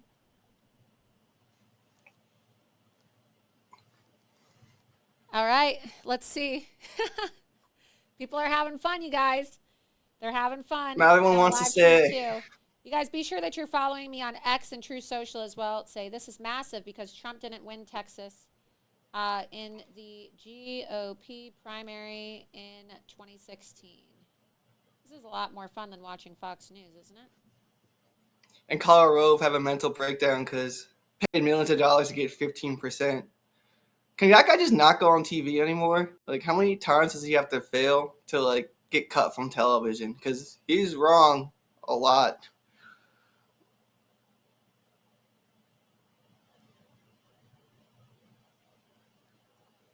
I want my production team to get me, you can put in the chat, I want a big screenshot of the map so far. I want to tweet out our map. I want to tweet it out. Be sure you put the Loomer Unleashed logo on it, though, because you know people are going to steal our map. We have the best, most creative people over at Loomer Unleashed. And so, you know, I don't mind if people use our stuff, but at least attribute it, right?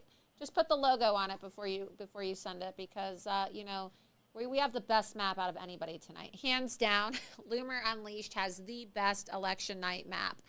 I mean, where else do you get to see Trump's face covering entire states, you guys? We have the best map. As President I think we should send a copy of it to Jamie Raskin. Laura Loomer and the team over at Loomer Unleashed have the best election night coverage. Believe me. Believe me. What do you think about that, Laura? Should we send Jamie Raskin a copy of the map as a gesture of goodwill? We should. Maybe I should get it notarized. You know, I can get it notarized and I can say, hey, here's an official notarized copy of the Super Tuesday map with Trump's face on it. I think we should. I think he would love it as a gift. We could get it framed. He'd be so happy. And notarized. Yeah, why not? He's a sad individual, so he needs some joy in his life. He's always on CNN and MSNBC and talking to us and complaining about things. So maybe this Trump map could cheer him up. Did we get Trump's face on Texas? We did, right? Did we get it on Minnesota? All right.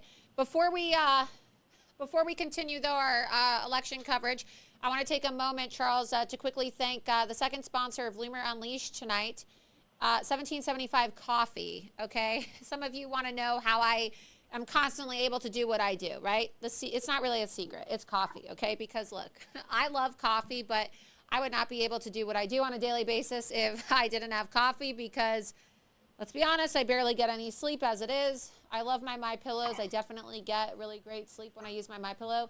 But if I want to wake up in the morning, I got to drink my coffee. And so I am a big fan of 1775 Coffee, okay?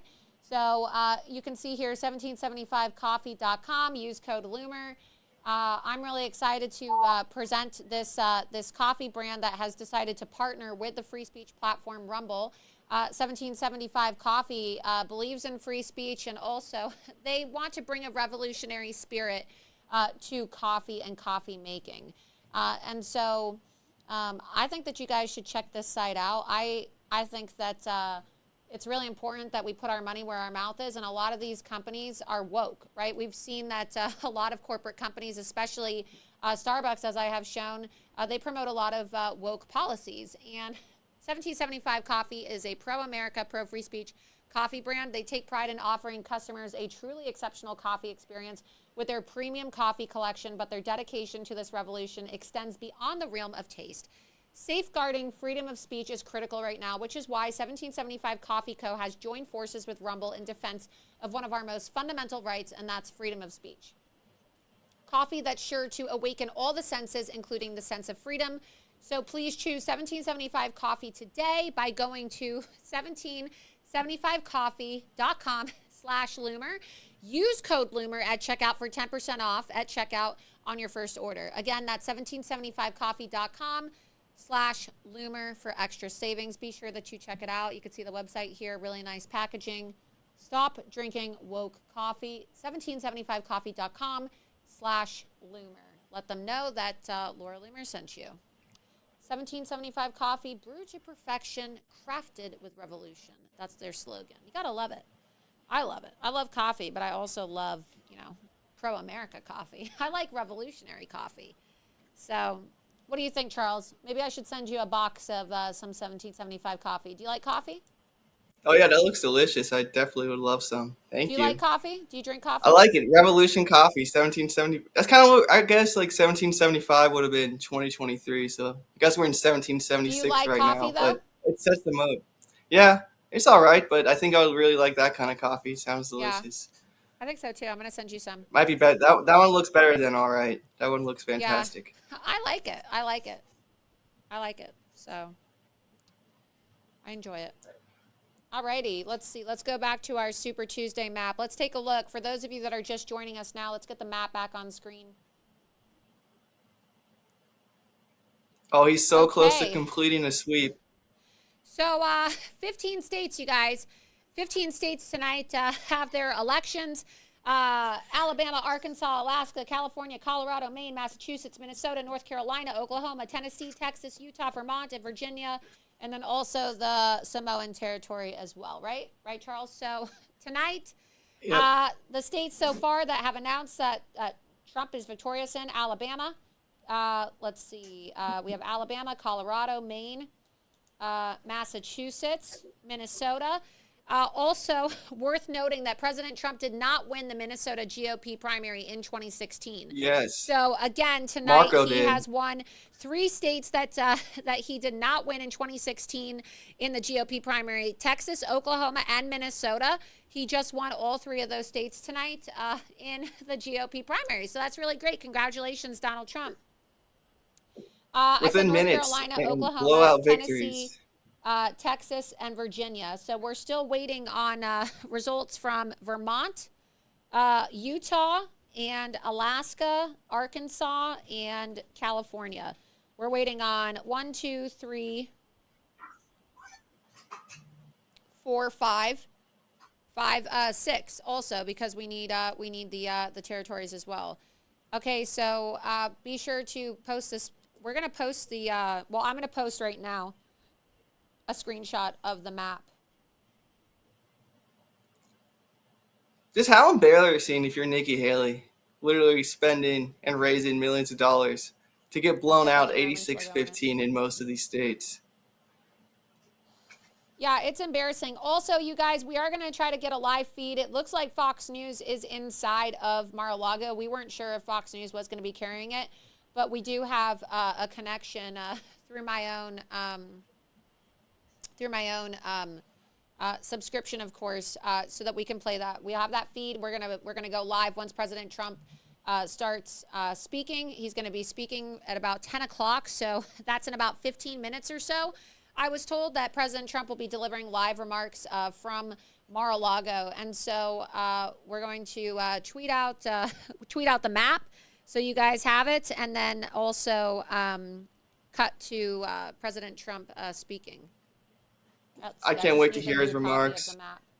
I need the copy with the logo on it.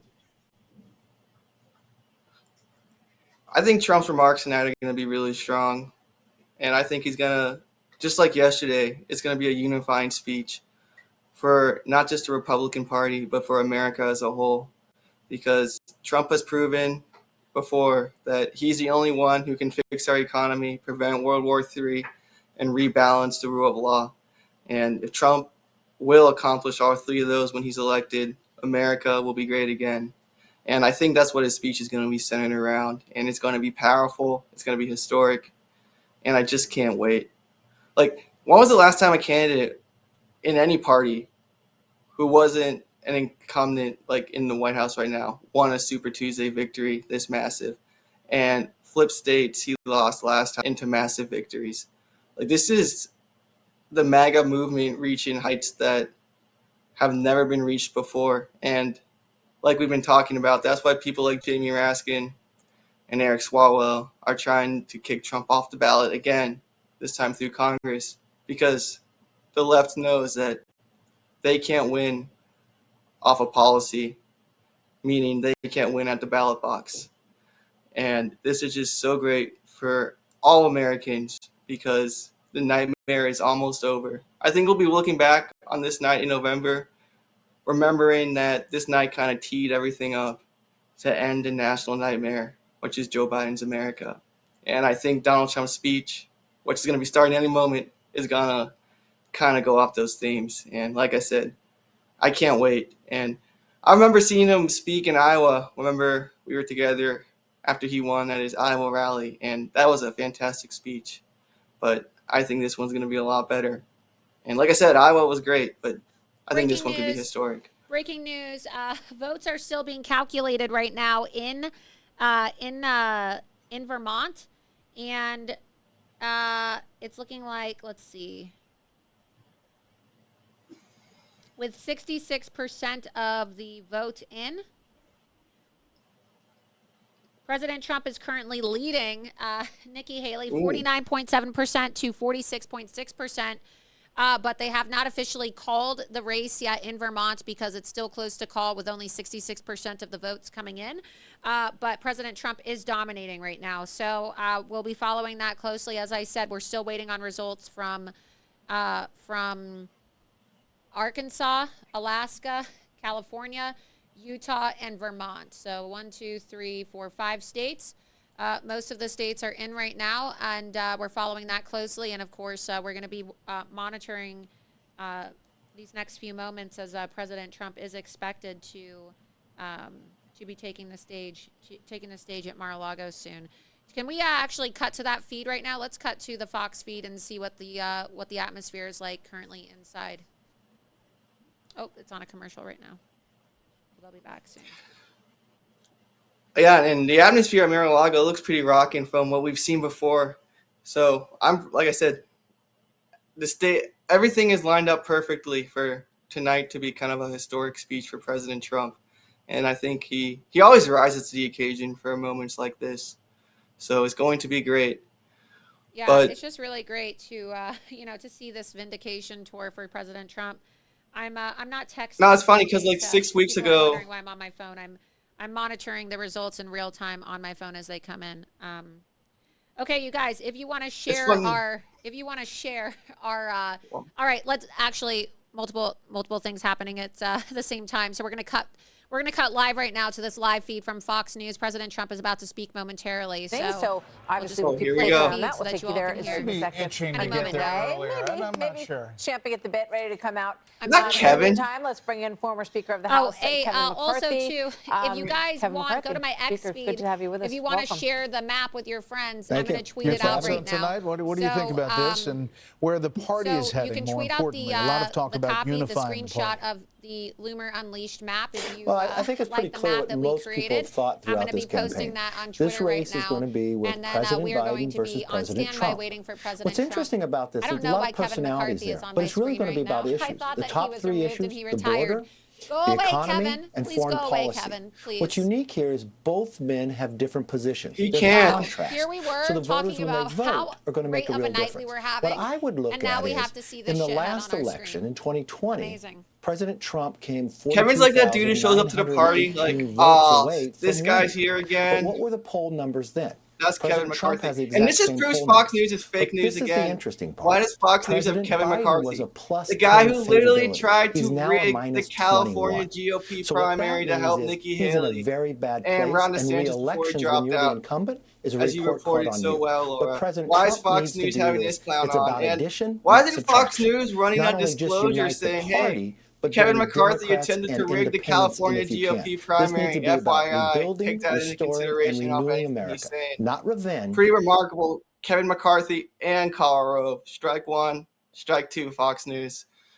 Into the fold. He's done it many times before, and I think in that case, he could have a very big night in November and win the Senate and expand in the House. Mr. Speaker, this Thursday is the State of the Union. It's the first in a few years that you won't be sitting behind the President of the United States trying to hold your facial expressions one way or another. That's good news. If you were still Speaker today, would you have brought forward that immigration bill that came over from the Senate? Because, Thursday we're going to hear from President Biden a lot about the fact that Republicans did not take up what he'll call a bipartisan piece of legislation that should have gone through.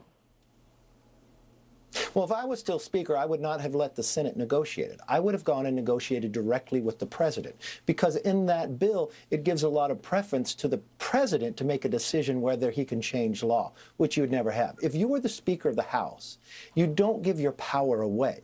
When we negotiated the debt ceiling, we got welfare reform. We got NEPA reform. We cut $20 billion from the IRS. The other leaders, Schumer and Hakeem, would never provide that to you. But you have greater strength negotiating directly with the president. If you were Speaker, don't give your power to the Senate.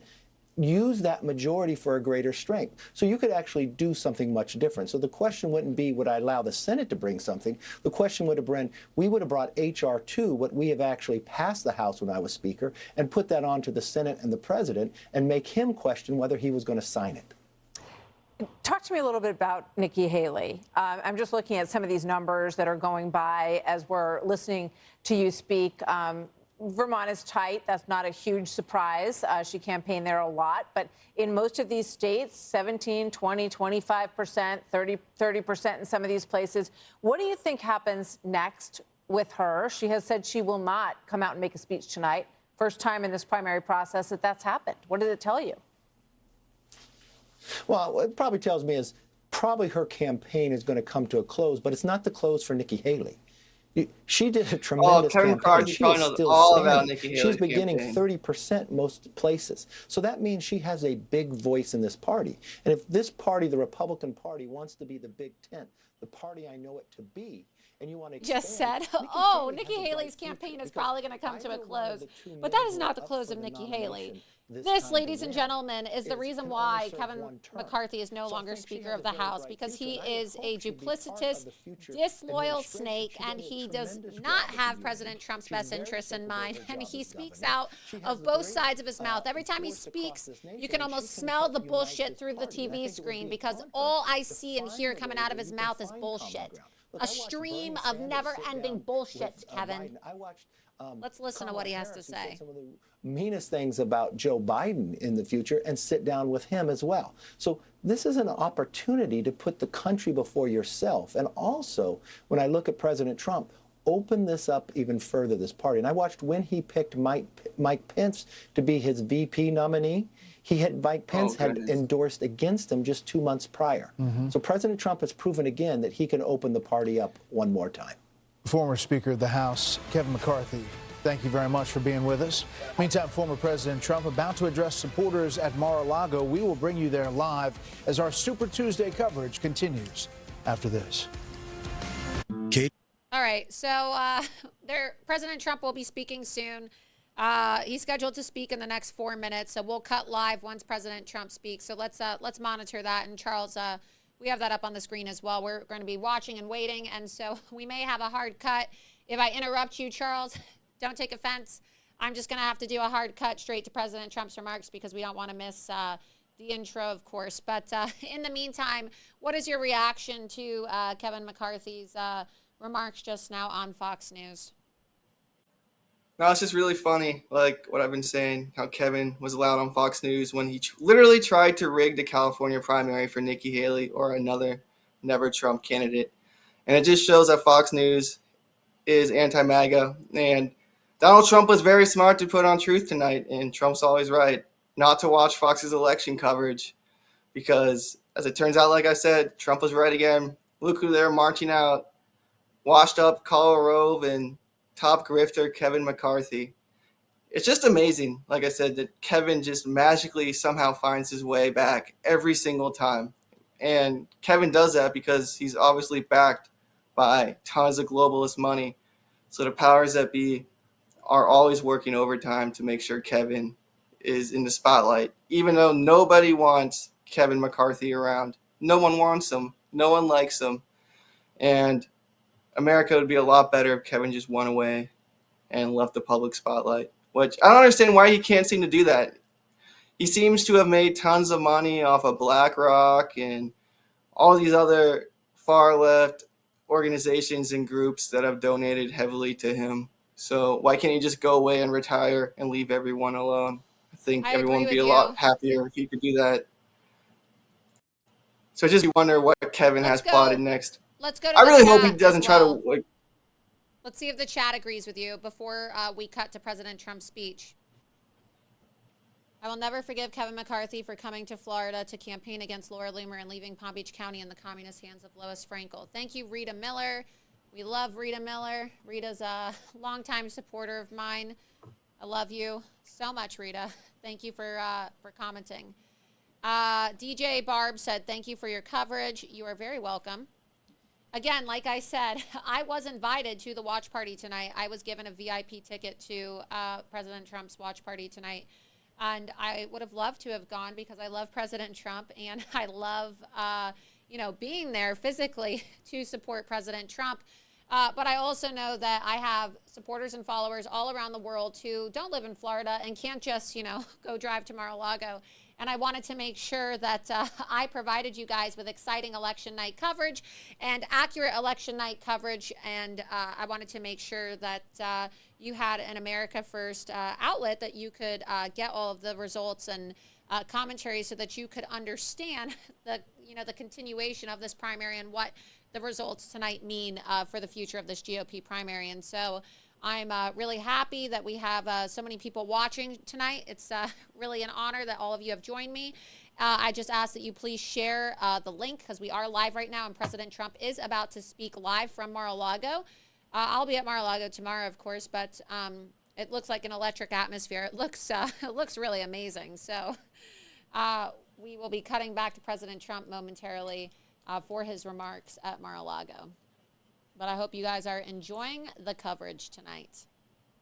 Oh, I liked one of the chat responses. Someone asked if Kevin was still dating Frank. They made up. I think that's a pretty good question because remember in Iowa, it seemed like they had a pretty bad breakup. So, are they back together? Is that how Kevin's back in the spotlight? Is Frank Luntz doing this? Do they make up? We were in Iowa together, Charles. He said that they're not friends anymore. Okay, we are cutting back now to the Fox coverage because President Trump is about to go live at Mar-a-Lago. Tuesday, and this is where the Republican Party stands right now. There is a look at the delegates right now. Nikki Haley has 43. Donald Trump, 353. It takes 12-15 to clinch the deal and get the Republican nomination. We'll see where the former president lands tonight and whether or not he will be able to close this on March 12th or March 19th, most likely. And we're still keeping an eye on Vermont at this hour, and no doubt they're watching Vermont closely in Nikki Haley's camp as well this evening. It could be a potential win. It would be the second state, one district in one state if she were to win there. As you can see, it's tight and too close to call, about 60% of the vote in there. But again, the former president's won 11 states. Nikki Haley has won the District of Columbia, and obviously it's 59% in Vermont, and she trails there, ticking one point, a little bit, 0.4%. Yep. So we have Fox team coverage with Peter Doocy live at the White House, Aisha Hasni at the Trump campaign headquarters, where we're waiting any moment now. We should hear from the former president, and Bill Melugin is following Team Haley in South Carolina. So, Bill, let's start with you. Yeah, Martha, good evening to you. It has been quiet from the Haley campaign for the better part of 3 hours now. The last time we heard from them, they told us they were having a private watch party with campaign staff and that everybody was in a good mood. But you take a look at some of these early returns. Maybe she's going for a cruise in her Escalade to feel better about herself. Oh, my God. It has been very quiet from the Nikki Haley campaign. I bet it is quiet. I bet it is quiet out there in South Carolina. That is so funny. Vermont, Nikki Haley was there on Sunday. She had a campaign event in Burlington on Sunday, one of many states she hit as she was crisscrossing the country in recent days. We reached out to her campaign to see if they have any comment or reaction to that neck or neck race in Vermont. We have not heard back from them yet. But look, Nikki Haley is still chasing her first state win in this primary. You guys mentioned she won the District of Columbia. She has not won a state yet. Will she be able to bring in Vermont? We will see, but she's looking for any kind of momentum she could get. We do not expect to hear from Nikki Haley tonight, and she does not have any public events on her schedule today or tomorrow. We'll send it back to you. All right, Bill, thank you very much. Aisha Hasni is live at Mar-a-Lago in Palm Beach. Former president again expected to speak in about 13 minutes. That's what the campaign's saying. Seriously, they're probably you took millions of our dollars and you can't even make it close. If you think about where we were a couple of years ago, I would imagine some far left Democrat mega donors are very angry at Nikki Haley right now for wasting their money, because they were like trying to make this like, a little closer. Let's listen to Aisha. You don't mind? She's there at Mar-a-Lago. Let's see what they're saying. Some folks, liked Governor Ron DeSantis. I was talking with two young ladies here, staffers with the state legislature, and they were telling me they love their governor, but they never imagined him as the next president, Republican president. They really always thought it was a no-brainer. It's going to be Trump. I want to give you some color here. We are waiting for the former president's remarks. Right now, I'm told he's watching the results come in, surrounded by his family. We don't know if there are any notable former presidential candidates with him here tonight, or if he's going to bring anyone with him up on the stage. I'm told by the campaign that it's really a game time decision for the former president, that he'll just decide what he feels like before he comes on stage, and then we'll see where he goes from there. But what will be interesting tonight, and the former president really has sort of not given a straight answer as to this, is whether or not he's going to get up on the stage and ask Nikki Haley, call on her to step down tonight, especially if this is a clean sweep, which is really the way it's going right now. But I can tell you, people are so energized. It's electric. It really does feel like a general election watch party here tonight. Wow. Back to you. Wow. Thank you. We'll head back when the It feels like a general election watch party because it's electric, because the energy is electric, Wow, amazing. Continues to rack up delegates on this Super Tuesday. He's an incumbent, obviously, so it's a little bit of a different picture for him. Peter Doocy is there tonight. Peter, want to hear what you this are is why hearing I wish there, I could clone but it is myself, interesting that Massachusetts and North Carolina, so that I could be here and also there, because I love my show. Obviously, I want to do my show, but I also love President Trump, and I was invited tonight. I was invited to this watch party. But it's really great that so many people, look, there's so many amazing volunteers, people that volunteered on my campaign, people that have been volunteering for Trump, who are so excited. They were texting me today, oh, Laura, it's my first time going to Mar-a-Lago. I'm so excited. What should I wear? And are you going to be there? And people are really excited, and I'm really happy to see that so many people are being rewarded, and a lot of people's dreams are coming true tonight, being able to go to Mar-a-Lago for the first time and witness this. So it's really great. I love how generous President Trump is welcoming so many people into his home to celebrate with him and his family tonight. And Clinton, so some unique politics there. That is not a first. President Biden did not win American Samoa in 2020. Michael Bloomberg did. We don't think that Jason Palmer spent $500 million on ads. But the rest of the night seems like it's going pretty well for President Biden. Everybody that we've talked to at the campaign headquarters in Delaware is focusing on, I asked them basically, what are you guys seeing? They sent over a list, not about Democratic rivals, but about what they see as Trump's weakness with moderates and with Haley supporters. So in Delaware, they are See, the Biden campaign is literally repeating what we just talked about earlier with, weakness with Haley. Remarkable. One sec. Say that again. We just we muted Fox. Martha. All right, Peter. If y'all just caught that, Peter Doocy just said what we were talking about a little bit ago, and that, the Biden campaign says Donald Trump's struggling with Nikki Haley and moderates. See, that's the narrative they're trying to put out so they can get away with sending in a lot of dead people's mail-in ballots in Detroit, Philadelphia, and Milwaukee. That's why they're doing this, and that's why Nikki Haley is actually like a really evil part to this globalist plot, because y'all should start like listening to that. You'll start hearing it over and over and over again. And I guarantee you Juan Williams would say the same thing. Watch.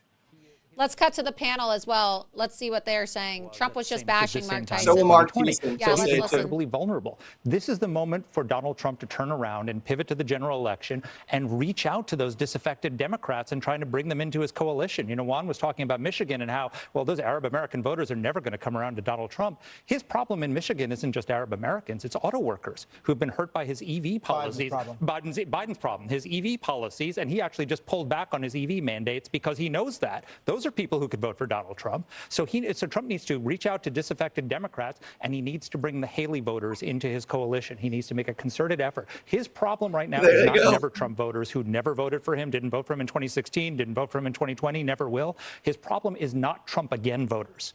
Voters who are open to his policies, who might have voted for him before or considered voting for him, who liked his presidency, didn't like how he behaved. and are very unhappy with Joe Biden. Though a lot of those people voted for Nikki Haley, and they're saying they're not going to vote for Donald Trump. He's got These to bring people those like voters clockwork, on, so predictable. and if he doesn't, he's not going to win. He lost, as Kevin McCarthy pointed out, he lost the election by 42,918 votes in 3 states. If even a handful of those Haley voters decide they're just staying home, they're not even voting for Joe Biden or even a third-party candidate, that could cost him the election. So he needs to pivot now and do what successful two-term presidents do, which is not just feed their base, expand their base.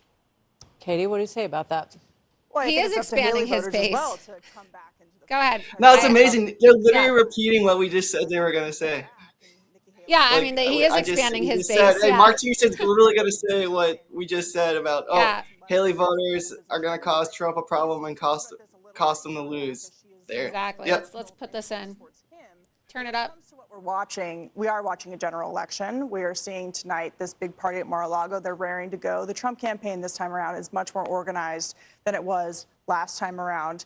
And Americans have a fresh memory in a way that's very unique in this situation because they can remember what their lives were like under Donald Trump. They don't have to remember 30 years ago. They don't have to look at a set of Republican policies. They remember. They can directly compare it to what they're getting now. And when it comes to Joe Biden, he is underwater on every single issue with independents, with his own party. He is losing his coalition. He is in a deep hole, and he doesn't have a ladder yet to try and climb out of it. And I think the question on the uncommitted voters, especially in Michigan, those voters are being driven by Congresswoman Rashida Tlaib. She is leading that. So who is Joe Biden going to have to really cater to bring Michigan into the fold, to bring other states into the fold of people who are upset about his policies, especially when it comes to foreign policy? And finally, I'll say the issues obviously matter here with Joe Biden giving the State of the Union later this week. For Republicans, immigration is number one. For Democrats, it's abortion. The number 2 issue is the economy. And Americans believe that the costs for them will go up under Biden and down under Trump.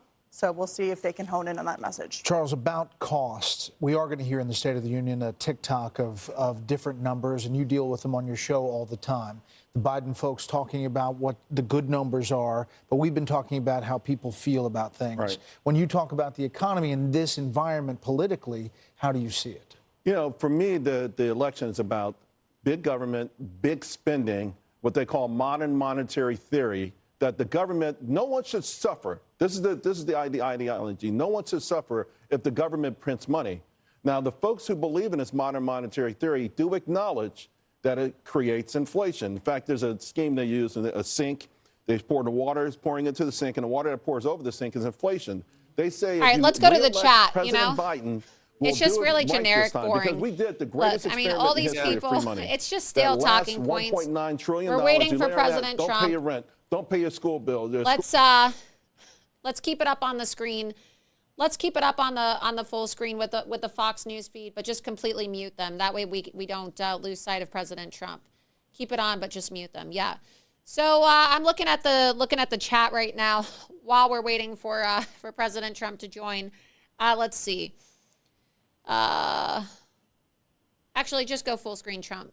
Full screen with the chat right now. We'll keep an eye on this. As soon as President Trump takes the stage, we'll just pan back over. President Trump's won Arkansas as well, so now we're just waiting for Alaska. We're waiting on California, Utah, and Vermont. So we're just waiting on 4 more. But so far, Nikki Haley hasn't won anything tonight. She hasn't won anything. So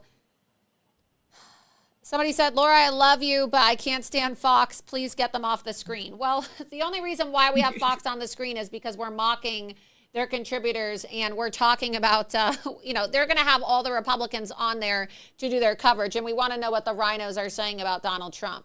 And so as part of our election coverage tonight, we have to monitor what Fox is saying.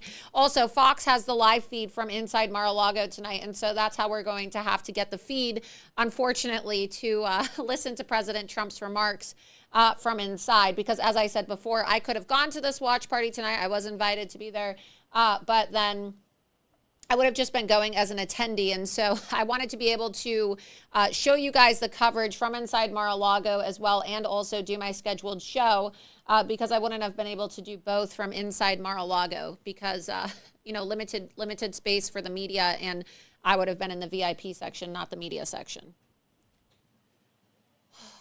Let's see.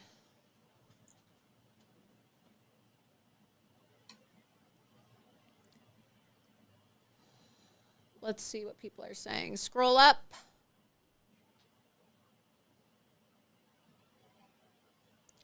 Someone said, imagine turning that invite down. Well, look, I'm going to be at Mar-a-Lago tomorrow. I love President Trump. It's not that I turn the invite down. I have a show that I do every Tuesday and Thursday, and people depend on me for my show. I can't just ditch all of my supporters and say, I'm canceling my show. You know, I have a show that I have to do. And the watch party was on a Tuesday, just like my show's on a Tuesday, and I needed to provide election coverage. I would have loved to have been at Mar-a-Lago tonight, but also I love being here with all of you. So maybe it's a testament to how loyal I am to all of you as well. But look, we are doing live coverage of President Trump's victories. There's a lot of people who follow me from all around the world, of course, and they want live election coverage. And so their place to get the coverage tonight, if they're not able to go to Mar-a-Lago, is my Rumble. So I'll be there tomorrow, and hopefully I get to see President Trump tomorrow. But amazing night for President Trump, a really amazing night for everybody who's there.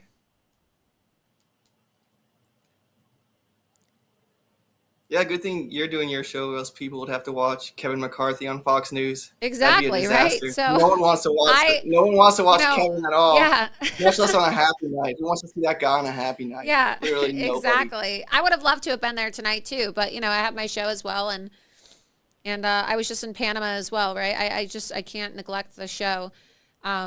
I was in Panama for 10 days, and, you know, we have a lot of work that we're doing, too. But I'm going to be going to Palm Beach tomorrow. Oh, he looks like he's going to be taking the stage right now. So let's pan over to Fox News to watch President Trump at Mar-a-Lago. I want to, before we get the walkout of former President Trump, just take a little spin. Bill Hemmer, you're looking at a couple of things as well. Oh, here we go. Mar-a-Lago.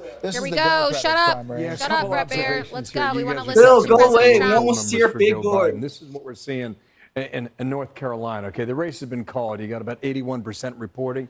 Uncommitted is in double digits. Oh my God, we already knew this like 2 hours ago. We're missing the walkout for President Trump. State, all right, that's going to be in play come November. This is Massachusetts, Northeast liberal state, right? Bill, you got about 20% of the vote counted.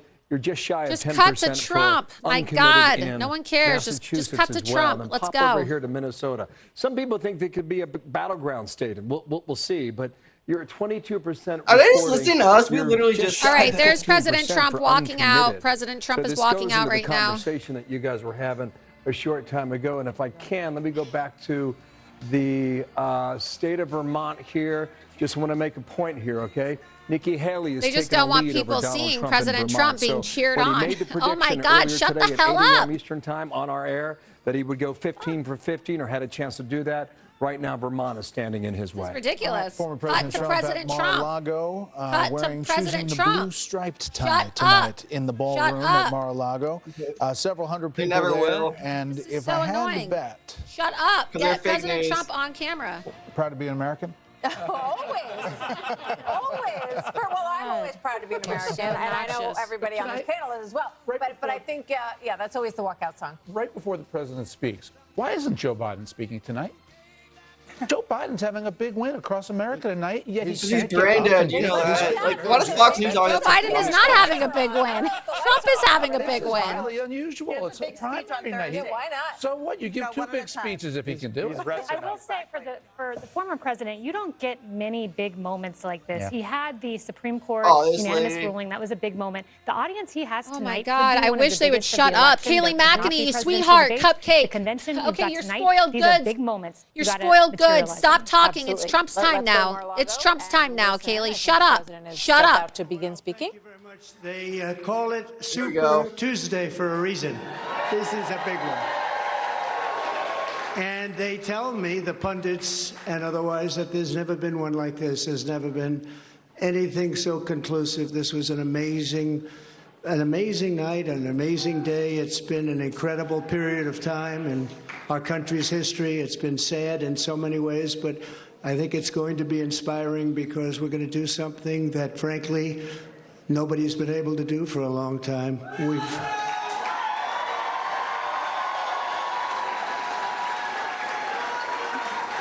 We've watched our country take a great beating over the last 3 years, and nobody thought a thing like this would be possible. We wouldn't have Russia attacking Ukraine. We wouldn't have Israel being attacked. Iran, as you know, was broke.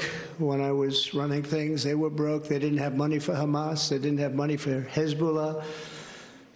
We had no inflation. Inflation is destroying the middle class. It's destroying everything. Inflation, if you look back over the history, hundreds of years back, it's called inflation. It's called a country buster. And that's what it's doing to our country. What's happened with inflation has been unbelievable. A lot of people say, a lot of experts have said the stock market's the only thing that's doing well, and that's doing well because our poll numbers are so much higher than Joe Biden's.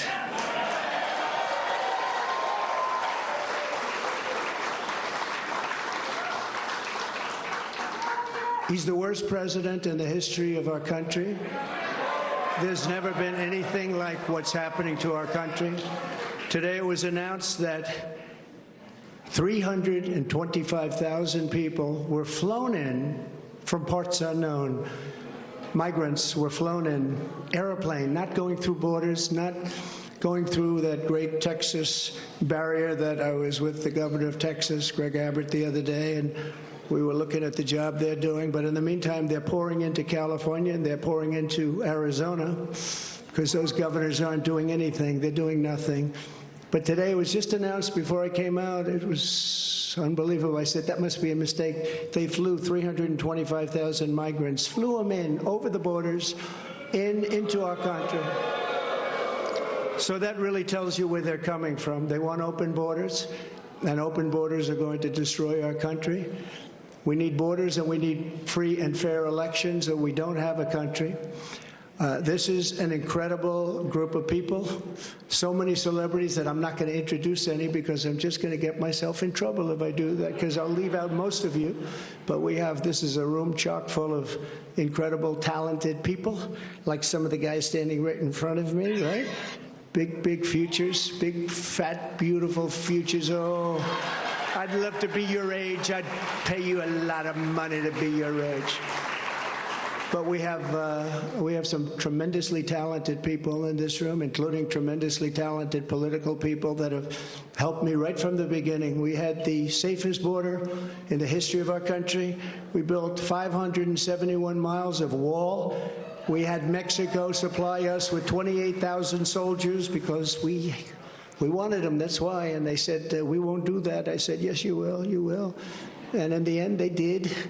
It was an easy negotiation, but we had the safest border, the best numbers we've ever had, and now we have the worst numbers probably in the history of the world. It's sad to see what's happening to our cities. Our cities are being overrun with migrant crime, and that's Biden migrant crime. But it's a new category of crime, and it's violent, where they'll stand in the middle of a street and have fistfights with police officers, and if they did that in their countries from where they came, they'd be killed instantly. They wouldn't do that. So the world is laughing at us. The world is taking advantage of us. 3 years ago, we were at a level, we were energy independent. We were going to be very shortly energy dominant, and today we're getting oil from Venezuela. Can you believe it? And we're doing numbers on that oil. You know what we're doing? We're refining the oil. We have our refinery for that oil. It's really, I call it tar. It's not oil. It's terrible. We have real stuff. But we're refining it in Houston. So for all of the environmentalists, you ought to look at that, because all of that tar is going right up into the atmosphere. You just ought to take a look. It's the only plant that can do it. We have the only plants that can take tar and make it into oil, and that's what it is. It's a shame. But we were energy independent. We were going to be energy dominant. We were going to be supplying oil to Europe, all over the world. And then a tragic thing happened during the election. It was a tragedy, because you wouldn't have, think of it, all of the problems that you have today, I don't think you would have had any of them. You'd only have success. And that's what's ultimately going to unify this country and unify this party. We have a great Republican Party with tremendous talent. And we want to have unity, and we're going to have unity, and it's going to happen very quickly. And I have been saying lately, success will bring unity to our country, and it happened before. We had the best economy our country's ever had, and people were calling me that I would have said will never happen. It'll never happen. They wanted to get together African American, Asian American, Hispanic American, women, men, people with diplomas from the best schools in the world, and people that didn't graduate from high school. Every single group was doing better than ever before, and it was a beautiful thing. Our country was coming together. Our country was coming together. And now we have a very divided country. We have a country that a political person uses weaponization against his political opponent. Never happened here. It happens in other countries, but they're third world countries. And in some ways, we're a third world country. We're a third world country at our borders, and we're a third world country at our elections. And we have to stop that. We need a fair and free press. The press has not been fair, nor has it been free, but maybe someday they will be. They're being beaten up pretty badly. People aren't trusting them. They're not believing them. And really, it's a very important factor. The press used to be the policeman. It used to police our country. Now nobody has confidence in them, and we have to get that confidence back. It's so important for the success of our country. So important.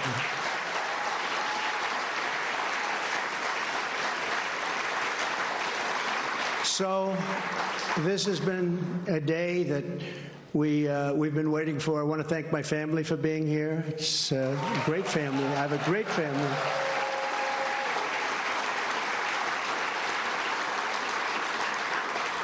They've had it very easy since I decided to run for politics. They say, thanks a lot, Dad, we appreciate it. But they're strong, and they're very capable people, and they love the country. They really do love the country, and we appreciate it. And I want to thank everybody, my staff, Susie, Chris, incredible job. Incredible job you're doing.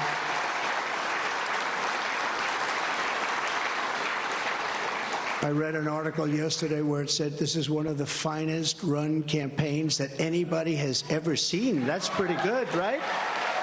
Yes. That's pretty good. It's really a statement. Yes, it is. And we have no choice, because November 5th, it's right around the corner, November 5th is going to go down as the single most important day in the history of our country.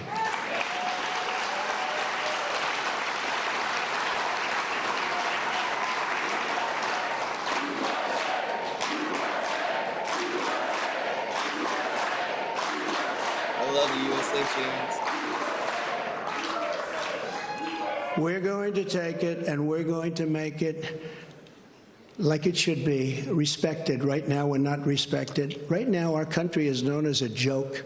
It's a joke. Other leaders who I speak to, other leaders can't believe what happened to us, because 3 years ago, we were the most respected country anywhere in the world by far. We were doing things that nobody could believe. China was paying us billions and billions of dollars. In 25 years, they paid us nothing, zero, not 10 cents. I was getting billions of dollars, and they were happy about it, as happy as you can be. Of course, maybe there's reasons for things having happened, but they were not so happy with certain things, I guess, based on things that took place. But we were getting along with everybody. We were getting along, and we were respected by everybody. We had no wars. Remember when I had the debate with Hillary Clinton? She said, look at him. Look at that personality. He's going to cause wars. I said, no, my personality is going to keep us out of wars. And that's what happened.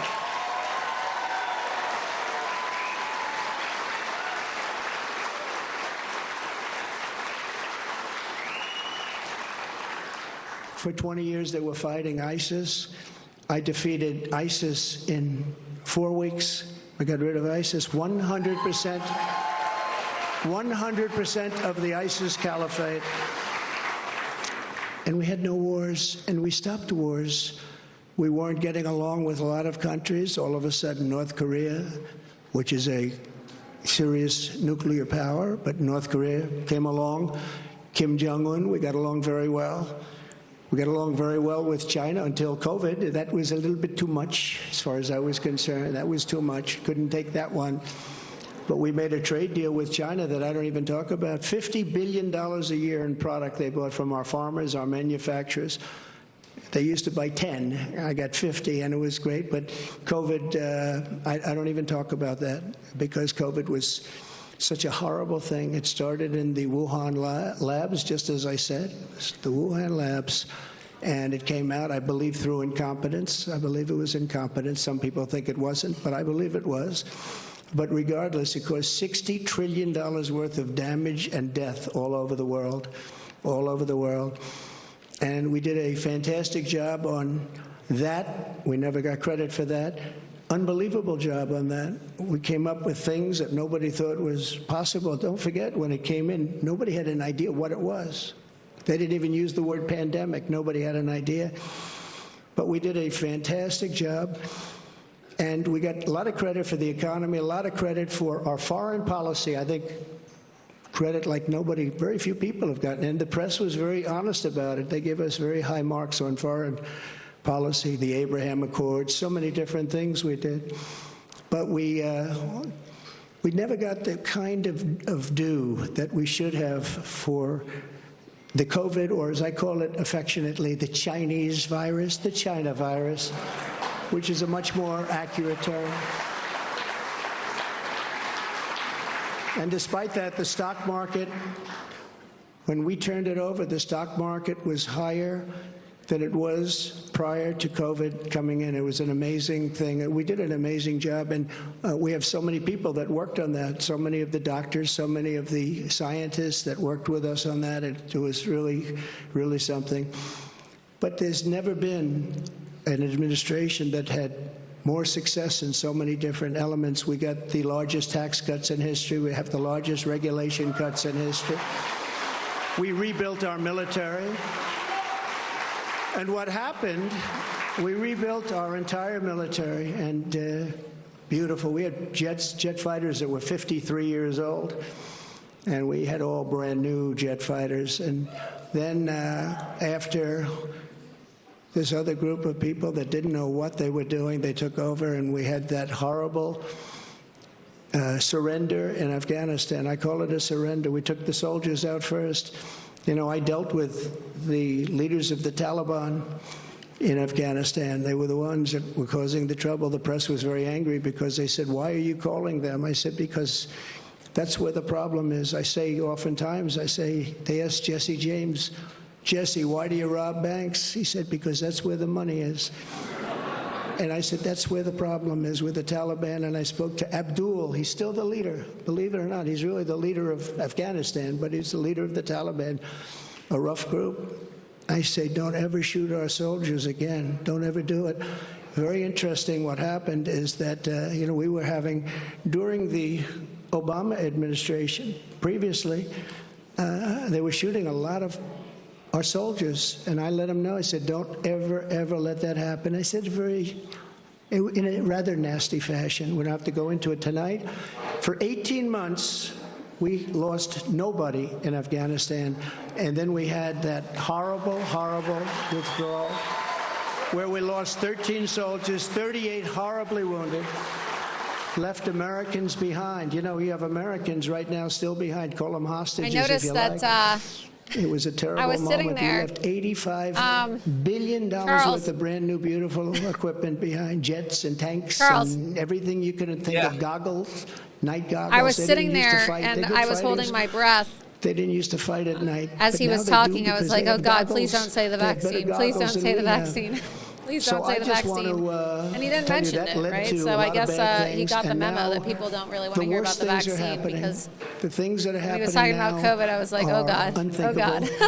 And they're unthinkable at the border. We have millions. Oh, he's on fire with this speech. Oh, no, he's on fire. This is a great speech, but I'm really happy to see that he's, pivoted, not talking about the vaccine because, a lot of people in the base don't like that. So it just goes to show you that he really is in tune with the base. As I said before, we're witnessing a rebirth of conservatism, a new age of the Republican Party, which is being reshaped in the image of MAGA and America First. We had everything going so beautifully. When Joe Biden goes to the beach, because somebody on his staff thinks he looks very good in a bathing suit.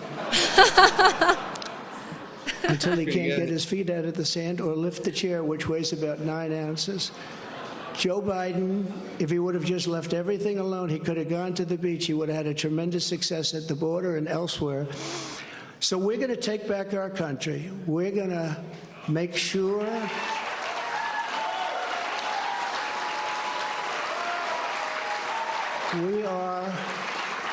we are going to do it right. We're going to have the greatest economy ever in the history of our country. We're going to top what we did.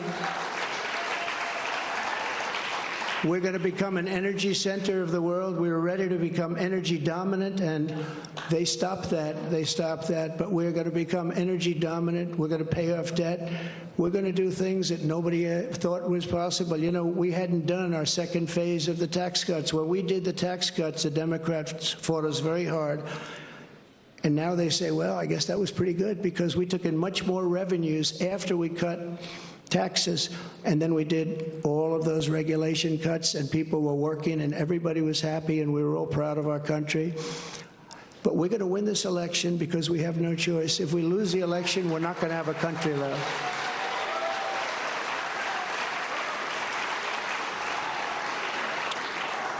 And we're going to do something. Thank you very much. We love you too. And we love our country. And we can't let this magnificent, some people call it an experiment. I don't call it an experiment. I just say this is a magnificent place, a magnificent country, and it's so sad to see how far it's come and gone.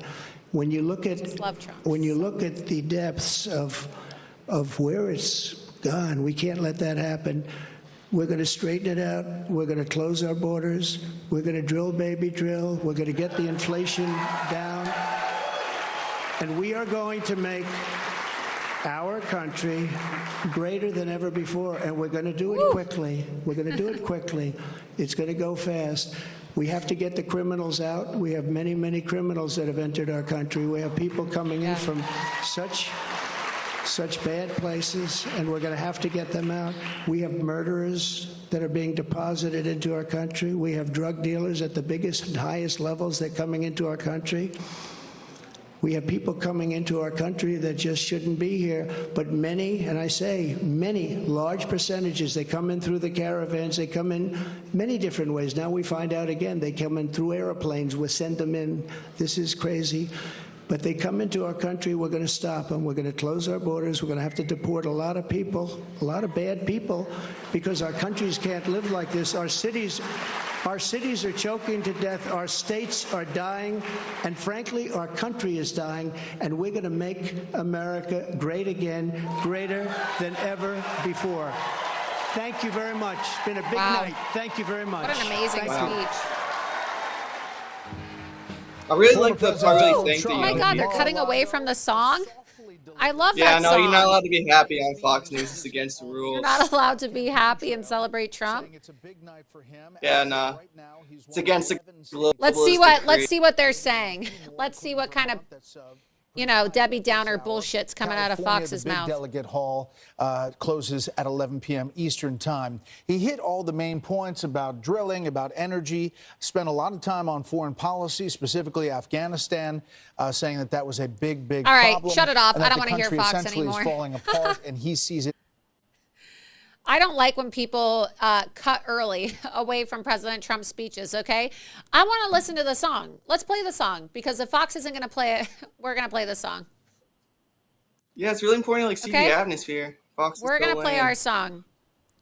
That's good. Don't you Hold on, worry. I'm coming. It's called Hold On, I'm Coming. I just can't believe Fox, honestly. Like, turning off that song, you've got to be kidding me. I'm just so pissed off, man. We're playing the song right now. We're going to play the song since Fox News ended it early. Those fuckers. We're going to play the song. How dare they? That's like the best part about listening to President Trump speak, is listening to the music, and then he does his little dance on stage at the end. You know? Oh yeah, no. I don't ever slow up. No, I don't take shit. I got no love for the fakeness. If you wanna play tough and wanna hate this, I'll always show up.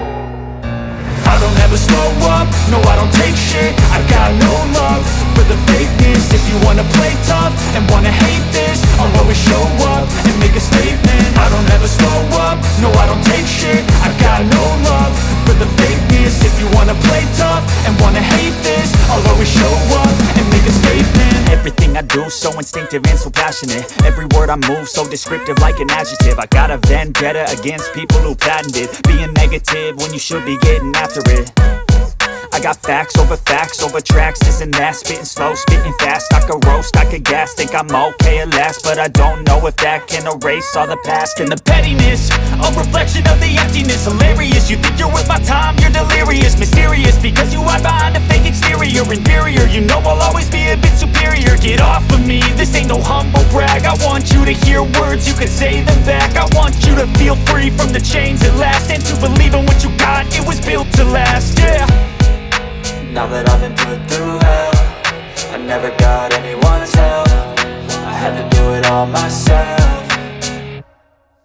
I don't ever slow up, no I don't take shit. I got no love for the fakeness. If you wanna play tough and wanna hate this, I'll always show up and make a statement. I don't ever slow up, no I don't take shit. I got no love for the fakeness. If you wanna play tough and wanna hate this, I'll always show up and make a statement. Gonna learn the consequence of being incompetent. Mental health is confidence, dreams and some honestness. I'm not here to save the day, that's for you to take away. I could play a million mind games, but instead I say something not illogical, something that is topical. Rub it on and watch it go, make yourself unstoppable. Dreams are irresponsible, but they're always possible. If you just believe, you could be so remarkable. Thoughts in my head, a collage and they spread. I'll be great one day, going off of my meds. No, I'm not giving up, no, I'm not giving in. I will make it to the top, taking off in the wind. I gotta make it, I'm saving every day to taste it. I'm patient, but my mind, it can hardly take it. I'm chasing a dream that I've had for several ages. A vacant, modern kingdom for the taking. Now that I've been put through hell, I never got anyone's help. I had to do it all myself. I don't ever slow up, no I don't take shit. I got no selfie, he just winked at me. Oh my god, he just pointed at me. It's so funny. It's like Elvis. It's crazy. He really is, honestly. Like he is, but you should see people like hyperventilating at a Trump rally, like when Trump does this thing. And I don't even know if he's like pointing at anyone in particular, or if he's just pointing in general. But there's always that one person in the crowd that starts going crazy, like they're a girl at an Elvis concert. And they're like, you know, oh my God, he just pointed at me, you know, and they're like losing their mind. So I'm just saying, Trump's a rock star, man. He's a total rock star. Yeah, there will never be anybody else.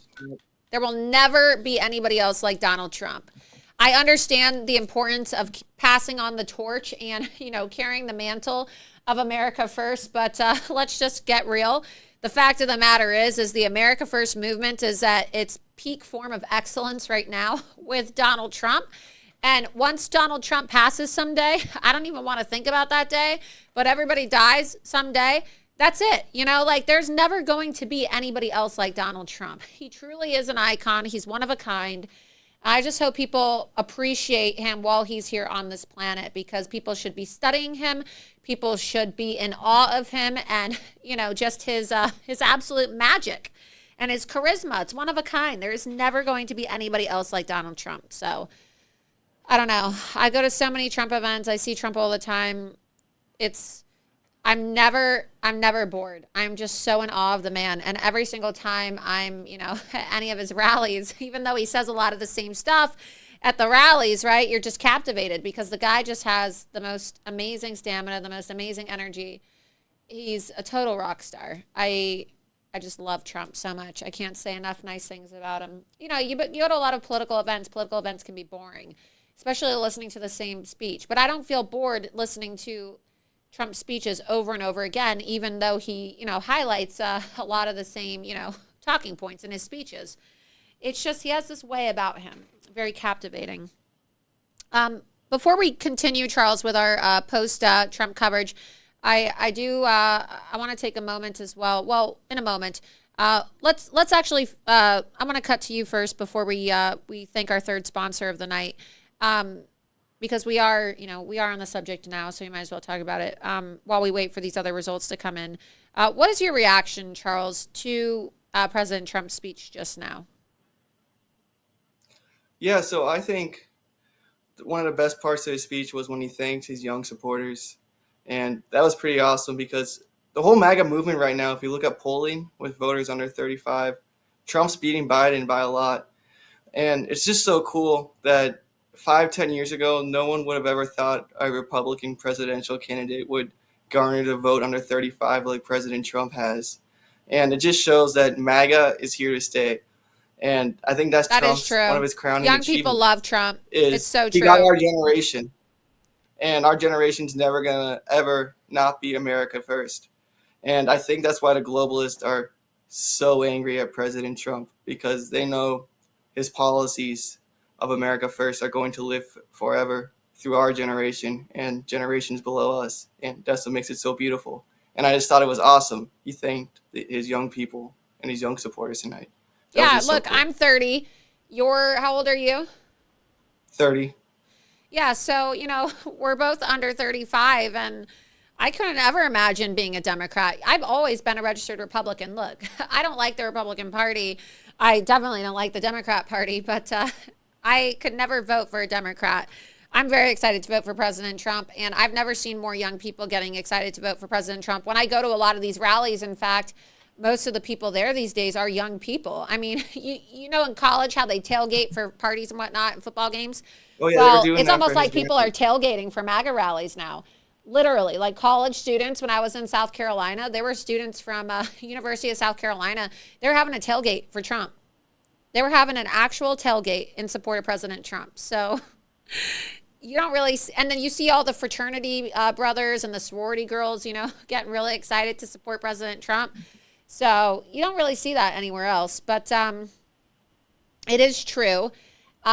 Before we continue, though, I do want to take a moment to thank the third sponsor of this amazing episode tonight of Loomer Unleashed, our incredible election coverage. Are you tired of getting a surprise when you see your cloud services bill every month? Well, our friends over at Rumble, free speech platform, have done it again. Introducing the new Rumble Cloud service coming this spring. You can see here on the side screen here, Rumble is now going to be offering cloud service. Rumble has built the cloud for the parallel economy. The disruptive Rumble Cloud pricing model will blow away the big tech clouds with big savings and also more predictable budgeting. I know that all the time on my credit card statements, I'm always seeing these ridiculous charges from whoever, right? Google. And I'm like, I terminated that account. Why am I still getting charged? Why am I still getting charged for this stuff? And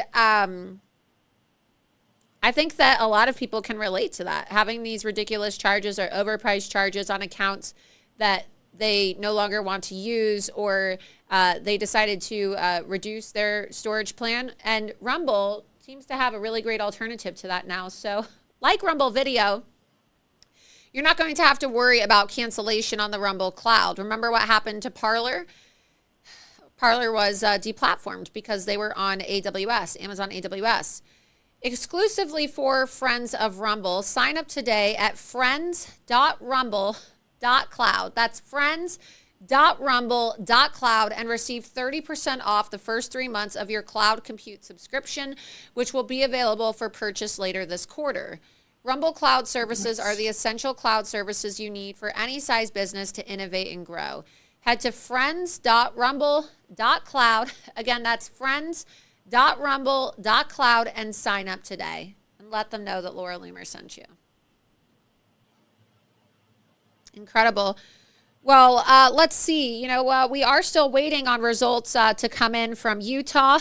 Have they called the election yet in Vermont? I know that it was close between Nikki and Trump.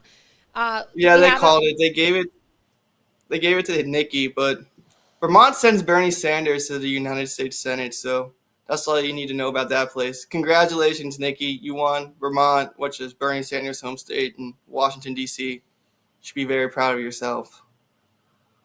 Vermont also has an open primary, which allows for Democrats to vote in the primary. Yep. And there's not many Republicans who live there either. I'll say breaking news. What else, Charles? While I'm tweeting this now, tweeting the update. I just think California should be coming out momentarily. And the way they've been calling the races, and now I'm just glancing over at Fox, is they've been pretty quick. So hopefully California will be called for President Trump very soon. And he'll complete the sweep of his historic night.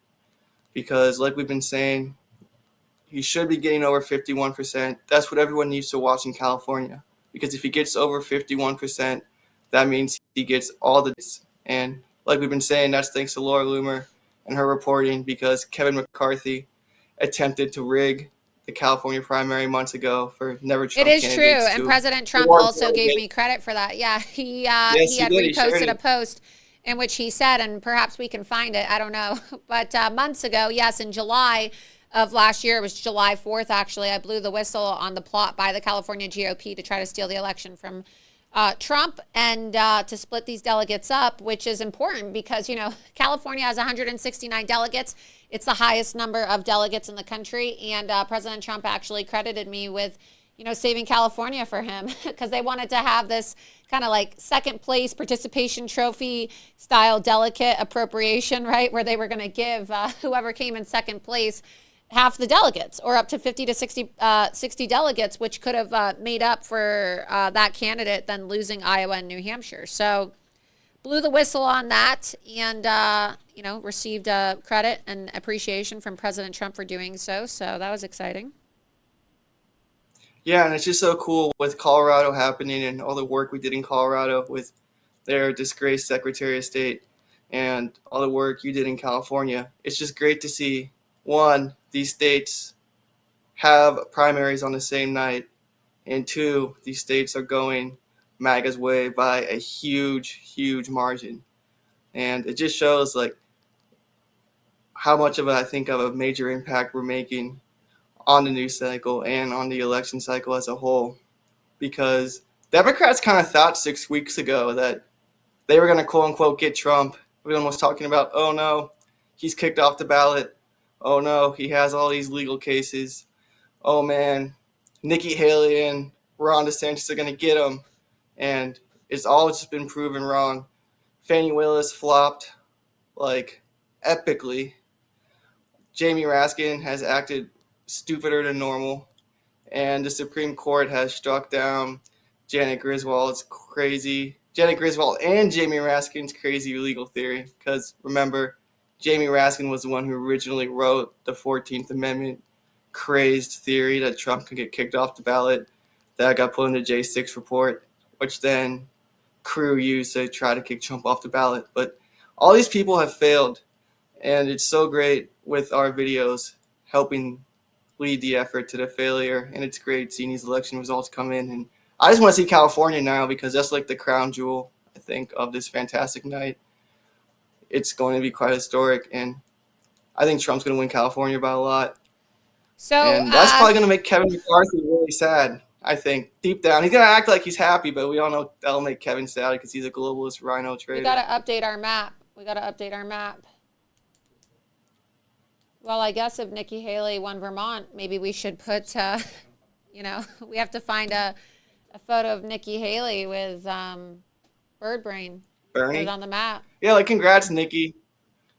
Bernie Sanders in Washington, D.C. really shows how conservative she is. So that means then we're waiting on Utah, California, and Alaska. Let's see what's happening in Utah. Again, you guys, we are live right now, so please be sure that you repost the live link for the episode tonight. I'm really glad that we were able to carry President Trump's remarks live for you tonight, so you were able to see those remarks. Congratulations to President Trump, who completely crushed it, winning. Well, it's still not over yet. Of course, we're waiting on Alaska, and we're waiting on Utah, and we're waiting on California to come in tonight, and perhaps those results may come in after Loomer Unleashed tonight. But I hope that you have been enjoying the coverage tonight. Again, a special shout out to our sponsors of Loomer Unleashed tonight, GenuCell. You can go to GenuCell.com/Loomer for savings on your skincare. 1775 Coffee, 1775coffee.com/Loomer for extra savings on your revolutionary pro-free speech coffee. And also Rumble Cloud.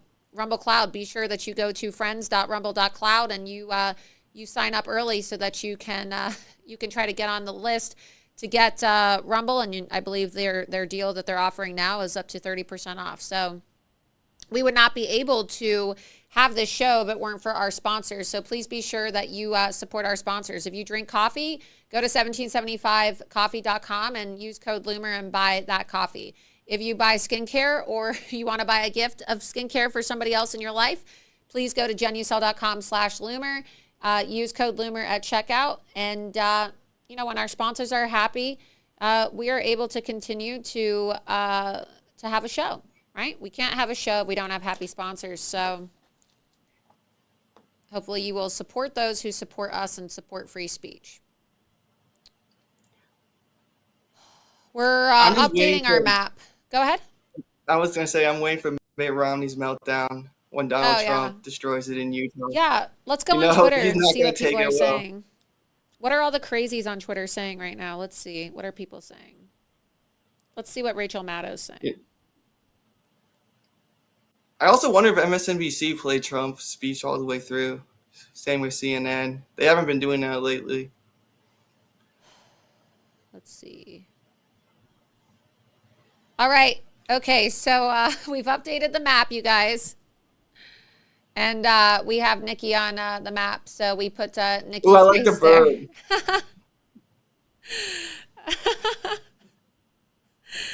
So there we have her. We have Nikki Haley. There you guys, Vermont. There we go, Nikki Haley, Vermont. Let's see what else. Makes sense, She takes money from Bernie Sanders donors. All the maps. So we have Utah. What else are we waiting on? We're waiting on Utah. We're waiting on Alaska and California. So we're still waiting for these results to come in. Polls close where in 4 minutes? You mean California? Utah? The polls are closing in 4 minutes right now in Utah. So we should have some results soon for Utah because, like I just said, the polls are closing in 4 minutes. What time are they closing in California? 4 minutes, the polls close in California as well. And the polls are not going to be closing for a while. Polls close at midnight Eastern, so because of the time zone in Alaska. So we're going to, our show is not going to be still on air at midnight tonight. So we'll have to tweet those results tonight. So after Loomer Unleashed ends tonight, be sure that you share the link in case people want to watch this coverage if they want to see how it all unfolded. And then, of course, you can follow my Twitter and my True Social for updates about the results out of Alaska. Polls are closing any minute now. 4 minutes. 4 minutes to go for California and for Utah. And so we'll see if we can get some early indications with those exit polls. Perhaps it will be as early as New Hampshire and Iowa as it was before. Remember, Charles, how early those results were. It seems like a lot of these results are coming in quite fast. In the meantime, let's go to the chat and take some of the super chats that came in. Let's see. Hope you guys are enjoying. Press 1 if you're enjoying our Super Tuesday coverage. We did have a super chat, $5 super chat. Let's see what it says. At the top up there. Oh, just says, thank you, Laura. Thank you so much, Kimmy B, for the $5 super chat. Really appreciate that. I see Marnie's in the chat.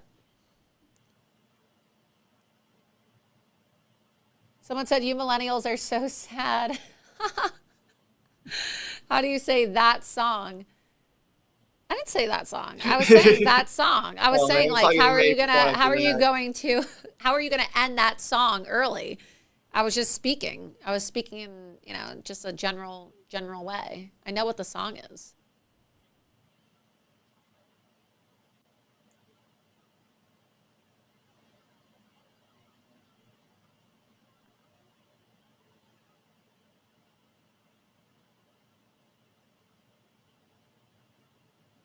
It's amazing. It looks amazing. I hope everybody's enjoying tonight. I'll be there tomorrow. Pureblood Sailor said, we love and appreciate you, Laura. You are a true journalist. Laura Stick said he would like to go on your show. Would be great to have him on. Yeah, I'd love to have him on. I just saw that he tweeted actually earlier today that I guess he lives in Vermont. He said that he voted for President Trump in Vermont today in the primary. So that's great. He has an open invitation to come on my show. He can definitely come on my show sometime for sure.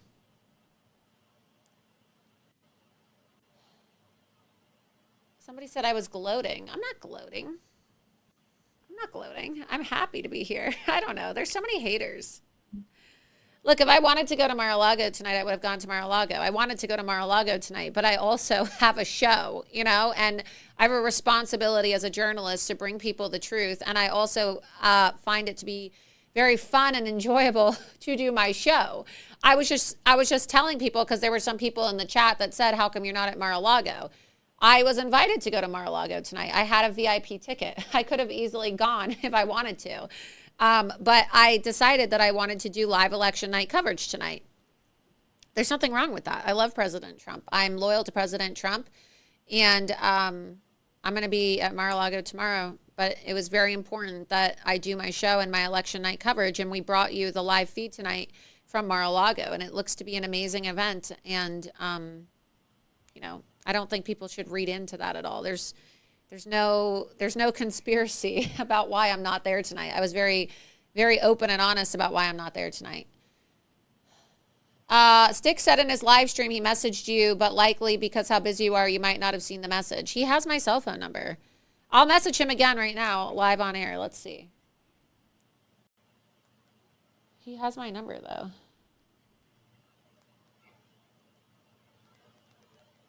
Hey, would love to get you on the show. People are in my chat right now saying you want to come on.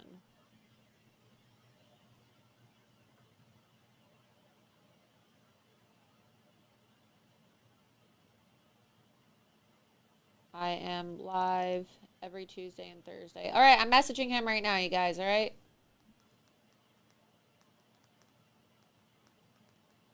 All right, I just reached out to Sticks, okay? There we go.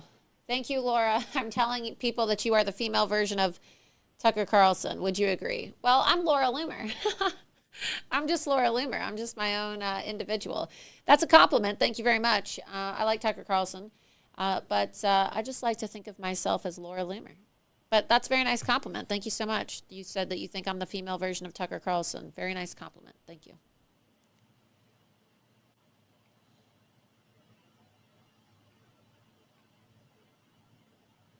See.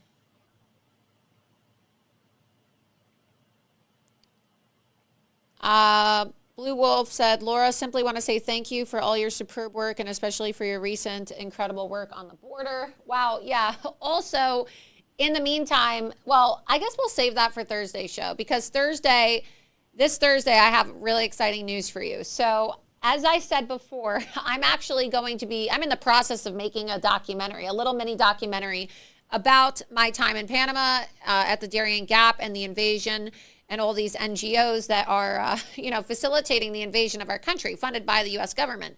On Thursday, I'm going to be announcing the documentary, the name of the documentary, the branding of the documentary, and also the teaser for the documentary. And also the Give, Send, Go, because documentaries cost a lot of money to make, as you know, and we have a full documentary team that is going to be putting this together. It's not just a regular video. We're actually producing a full documentary. And so stay tuned this Thursday, 8 p.m. Eastern, for another episode of Loomer Unleashed. You're going to really be very excited to see this teaser for the documentary that I'm going to be releasing. So mark your calendars. Let's see. President Trump is the projected winner. Polls just closed 2 minutes ago in California, and President Trump is the projected winner of the California GOP. Nice. Primary. Well, Trump just won the biggest state. That's huge. With the most delegates at stake. I can find it.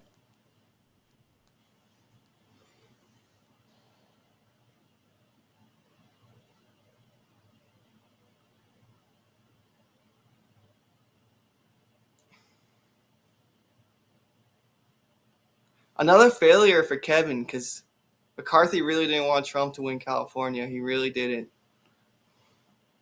I'm trying to find the statement from when President Trump posted.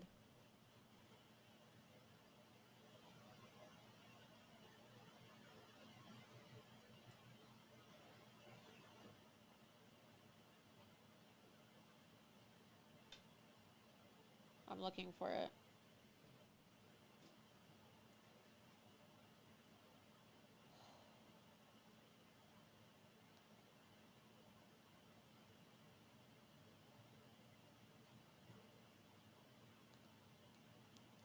Trying to find the statement from when President Trump put that out.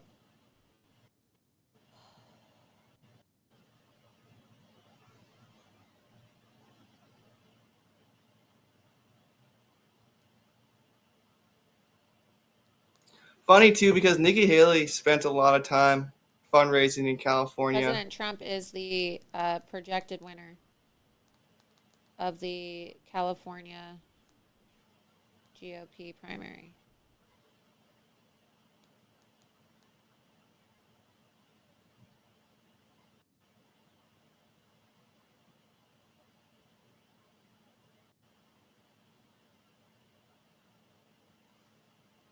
California is significant. Yeah, so California, you guys, it's significant. It's significant because California has 169 GOP delegates, which is the highest number of GOP delegates out of any state. So, okay, we're going to transition now. It's our favorite time of the night, you guys. We're going to put Trump's giant head on the California map, okay? So this is our Super Tuesday map. Woo! Look at that beautiful head. The globalist failure is complete. Almost. We got Utah, and you have Utah, and we have Alaska left. That's it. That's true. Mitt Romney's not going to take Utah very well. I can predict that. It's California, the highest number of GOP delegates. California and Texas are top two, so. California is significant. It has 100, the highest number of GOP delegates out of any state in the nation.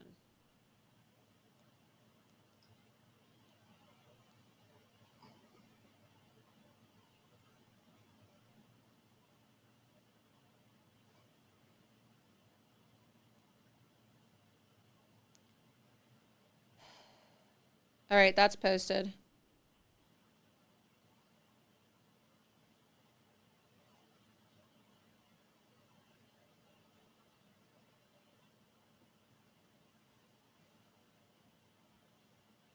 That's great. My dad just texted me. He said, loving your show. Thanks, Dad. Thanks for watching. Let's see. All righty. Let's see what people are saying out of California. Just live coverage. What are you seeing, Charles? Any updates? Feel free to chime in and talk while I'm reviewing this. I'm just scrolling to see updates as they come in live. No, I think this California result's hilarious. They literally called it like a minute after the polls closed. And we reported in depth how Nikki Haley had massive fundraisers in Los Angeles and San Francisco and Silicon Valley in February. So she went there. She raised all that money.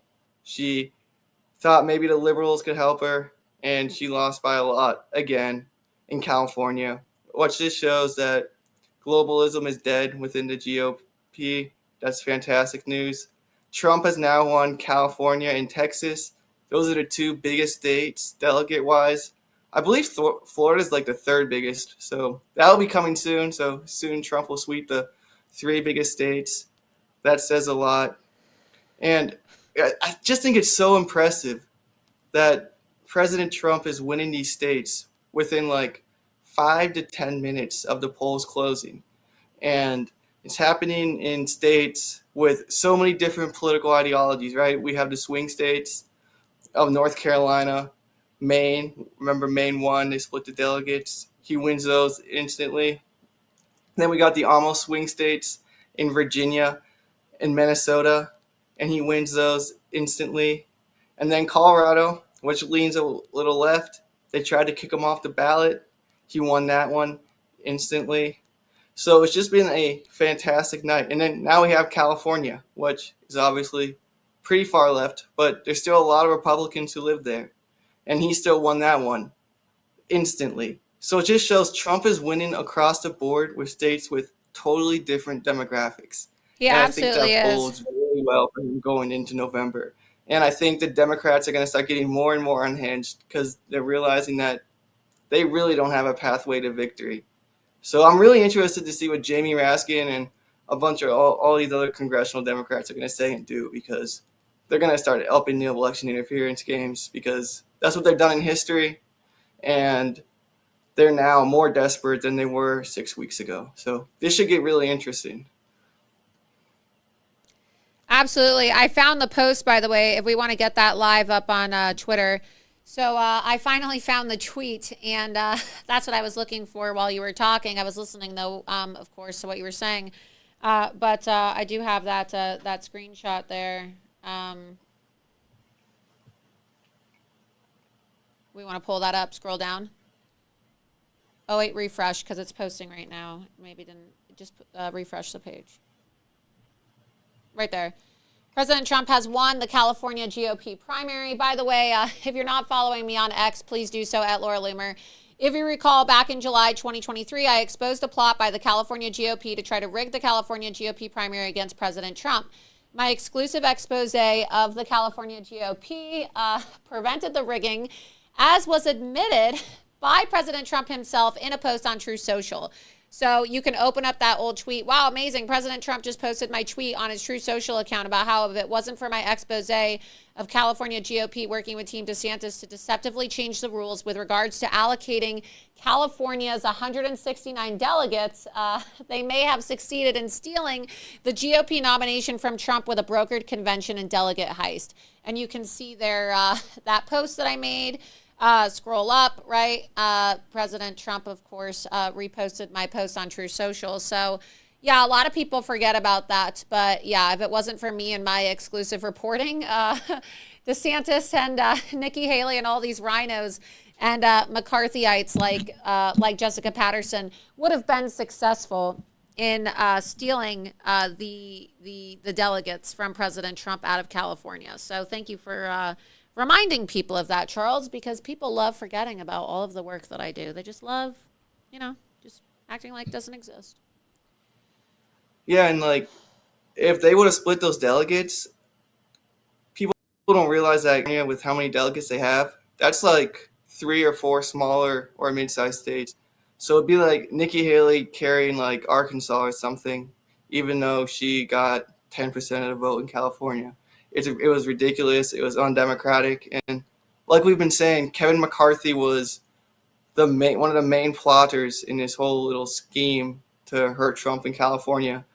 And it was just remarkable. Fox News had him on right after they had Karl Rove on, who tried to interfere in the GOP primary in Texas by hosting all these Nikki Haley fundraisers. His wife, who's named Karen.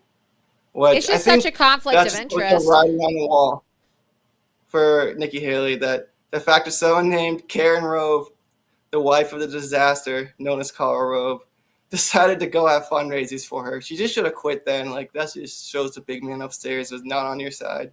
The fact Absolutely. You had to go fundraise with Karen. Do we have any polls right now for Utah? I know that we're not. I want to keep going with the show until we get Utah results in. It's too early to call. We're going to have to, end the stream once Utah comes in because, we're not going to be able to get the results on time for Alaska. But once Utah comes in, of course, we'll report that hopefully soon because the polls are not even closing until midnight. The polls don't close till midnight Eastern in Alaska. So we will report on Utah, of course, and then you guys can follow me on X for updates about Alaska. Let's see. Maybe Mitt Romney doesn't want the Utah results out yet because it's embarrassing, but I'm looking over at my monitor on Fox, and I just showed Utah some initial results, less than 1% in, and Trump's up 69 to 17%. So another blowout in the making. And Utah has different demographics than all well, these they other also states had we a talked about. caucus, too. They had a caucus as well. Yes, they did. Yeah. I love how all these states have different nominating processes for choosing delegates. It just shows how awesome federalism is and how it's good that some states are different than other states, and really makes America stronger and really makes America better. So it's just so cool to see this process play out. Yeah, I'm posting this now. Apparently they're saying that there were long lines and website issues in Utah. Oh, I believe it. Utah's governor is a disaster. He's one of the biggest rhinos. Spencer Cox, I believe his name. Biden won Disaster. the Utah Democrat primary, they're saying. Biden has won the Utah Democrat primary, but not the Republican, obviously. So, but it's interesting because it says he lost 12% of voters to other candidates. So it shows there really is a big chunk. He's having trouble with someone else. Someone else is continually giving Biden a run for his money. And also, like, I've been watching some of the coverage of these Democrat primaries. They're so sketchy. Marianne beat Dean Phillips. Ooh. Oh, boy. Wow. Look at that. Marianne beat Dean. And that's in Utah? Wow.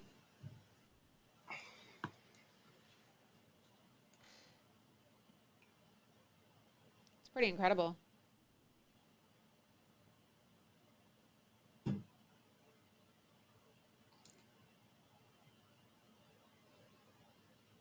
Let's see what they're saying. Utah, Trump, Utah.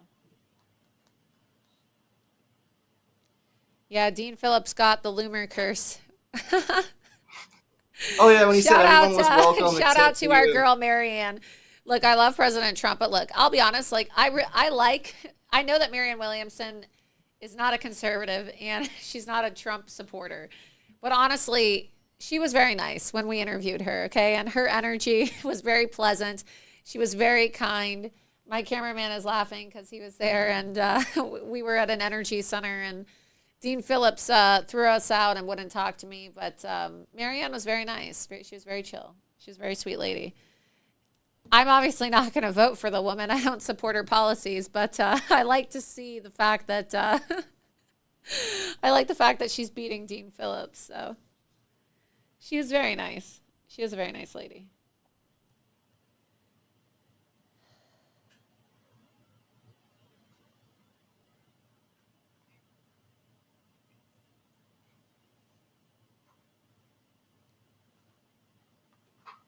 President Trump has won the Utah caucus, but that's different from the primary. There we go. But that's different from the primary. Well, but that's 40 delegates at stake through the caucus.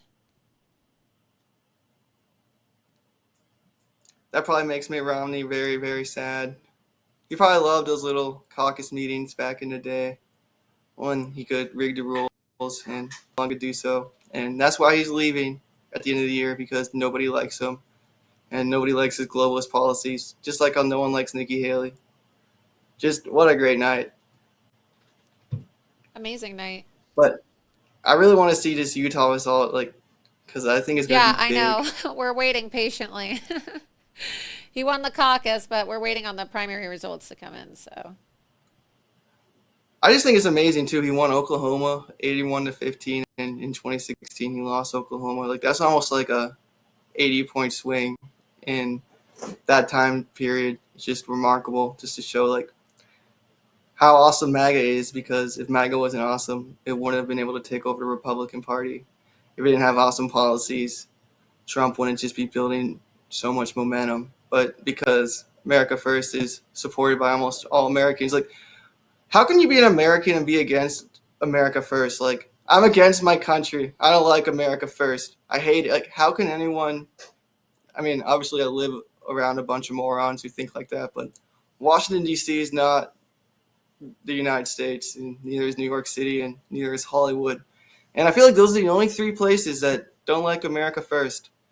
It's quite remarkable and quite sad that these centers of power and these centers of America's greatness for so long have turned. Yeah, on the let's go to American the people. chat too. A lot of people are posting in the chat right now. I'm looking at my phone to see if there's any more updates coming in. It's too early to call. Is that Utah? That's Utah, right? The primary. Ron DeSantis is on the ballot too. Oh my God, what a loser! Such a fucking loser, man. God. All right, let's go to the chat. It's 7:16 p.m. here in Alaska now. Let's see.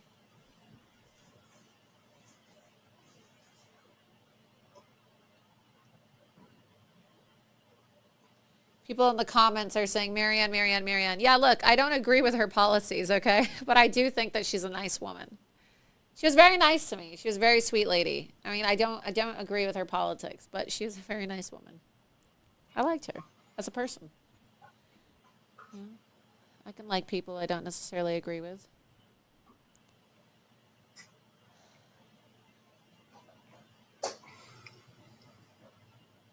All right, we need to post an updated map. People want the map.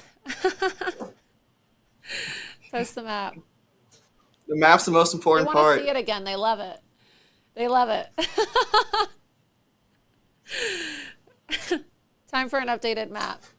Woo! Look at that map. Look at that little bird brain.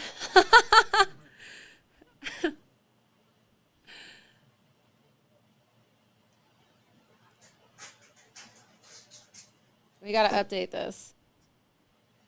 We have to update it so we can post it tonight, too. Let's make a graphic.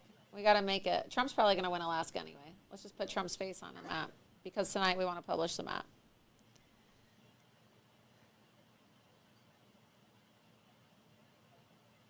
We're in the process of updating the map. And then we're going to post it so that you guys can tweet it and share it with all your friends. Someone said Nikki's pooping on the map. It's quite fitting because she's a bird, right? She's elevated.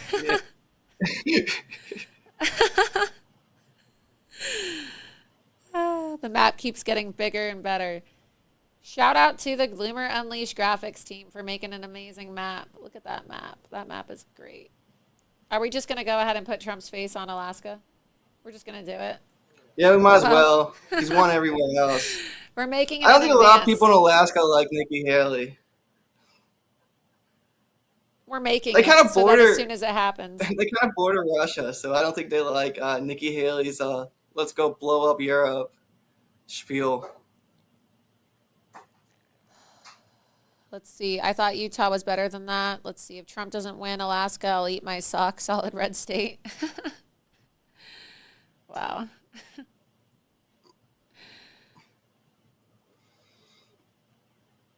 I have not read any of Marianne's books. No. I'm just saying that I like her as a person. Florida Hustler, thank you so much for your $50 contribution. Laura, thank you. You are so selfless. Without you, there's no MAGA. You protected President Trump when he was down since the beginning. Now it's time to continue winning bigly. Onward to victory. Yes, thank you very much. I really appreciate that. That's very nice of you to say. Thank you. Thank you.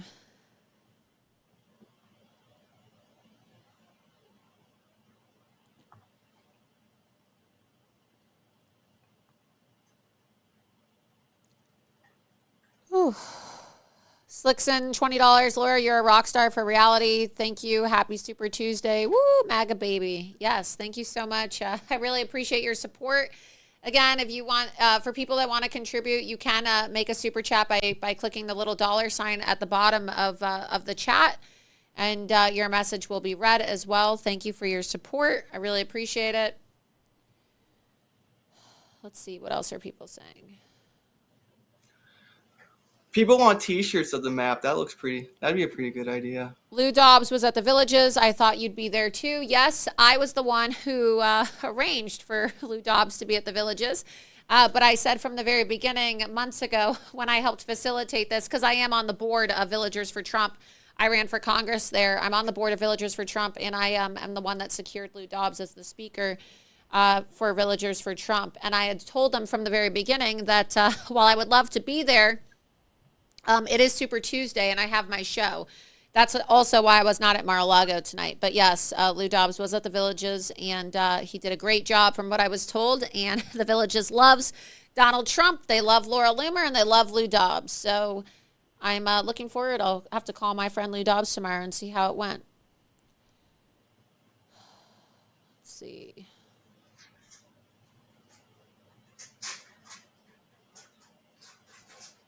Some Minuteman 45 said, I hope that once this is all done in November that I can get a chance to meet my commander-in-chief. I'm privileged to be amongst your team, Laura. Thank you for reaching out to me. I found purpose. Thank you. It's very sweet of you to say. Marnie said she loves seeing Lou on your show. Yes, I know that Lou had a lot of people there tonight. I heard it was a really big event. So that's really great. I'm really happy for him. I would hope that it would work out because I'm the one that planned the event. So it would be very disappointing if there were not a lot of people there, given the fact that I was the one who facilitated that event. So I'm very happy to hear. I'll have to call the people over at Villagers for Trump tomorrow. But it's really great. Lou's a really wonderful man, and they do great work over at Villagers for Trump. A lot of great people. And I'm really happy that they could have such an amazing speaker on the night of Super Tuesday, because Lou, of course, is a really big supporter of President Trump. Let's go back to the chat really quick. I see we have a couple more super chats. Kirsch 1672, can we put the map on an ad on MSDNC or CNN? Great coverage tonight. Thank you. That'd be pretty good. Could you imagine an ad just like popping up with Trump's faces all over the place? That'd be so funny. Can we animate this? I'm asking my graphics guy. He's like, more work, Laura? Really? More work? You're going to make me do more work? Not tonight. Okay, but can we animate this? Maybe tomorrow? Can we animate it and then we can make it a meme or a GIF? Or sometime, can we animate it? Can we animate a map that has all of the final victories for Trump so that we can have his face popping up? Yeah? It's not hard? All right. Let's see. That'd be great. Charles, we have a commenter, a viewer, Instruct Mom, who said Charles should sign the map and send it to Jenna. Ooh, that's a good idea. Yeah, that's great. Brianna LaVenture said, thank you for everything. Thank you for your contribution tonight. Thank you. Someone said, next time, don't pass up a ticket to Mar-a-Lago. I would kill. Look, I understand. I wanted to go to Mar-a-Lago tonight, but I also have a show and I have an obligation too to my viewers. And it is Super Tuesday and I needed to do my coverage. I would have loved to have been at Mar-a-Lago tonight. I'm going to be going to Mar-a-Lago tomorrow night, but I'm not just going to ditch my supporters. People rely on me and they follow my show because they expect me to go live every Tuesday and also every Thursday. So I can't just ditch my show. I love President Trump. I'm going to be at Mar-a-Lago tomorrow, and I wanted to go tonight. Like I said, I really did want to go tonight, but I figured that I would just show the live feed and then do the election coverage.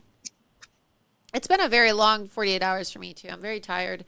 I mean, I'm not complaining or anything, but I sat through it was 11 hours yesterday, 11-hour deposition, 7.5 hours of it in which I was testifying. Very tired.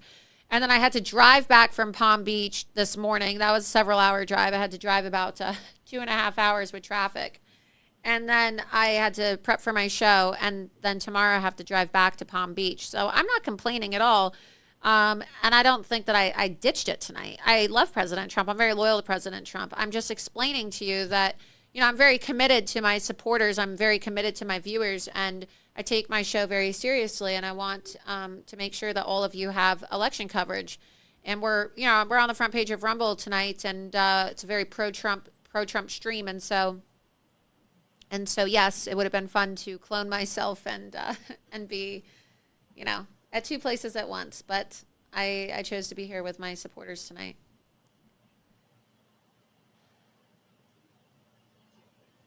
Somebody said, why don't you make that map once finalized into a custom flag?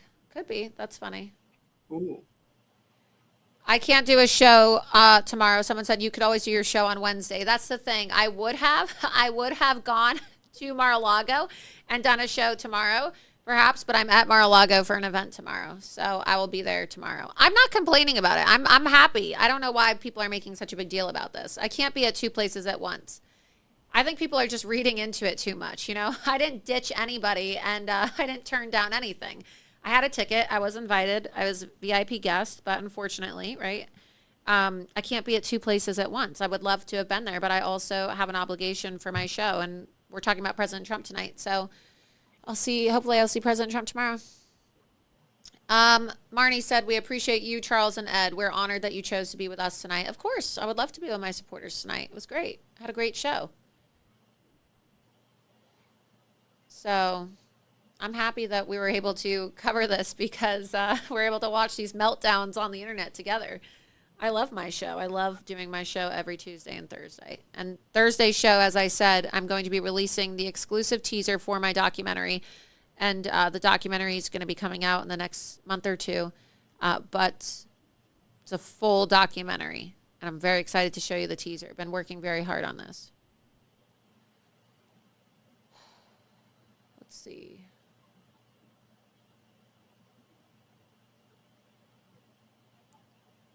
Somebody said, I just got home voting. California. Nice. That's commitment. That's great. Great work. Just like any become impossible.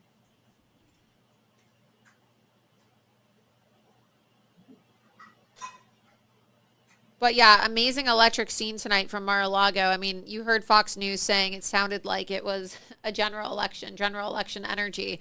That's what I've been saying. I mean, honestly, it's just the energy behind President Trump is amazing. And it's funny to see Fox News talk about it as well, right? Oh, general election energy. Yeah, it's exciting. I'm glad to see that President Trump is finally getting the respect he's owed by Fox News. It's unbelievable. Let's see.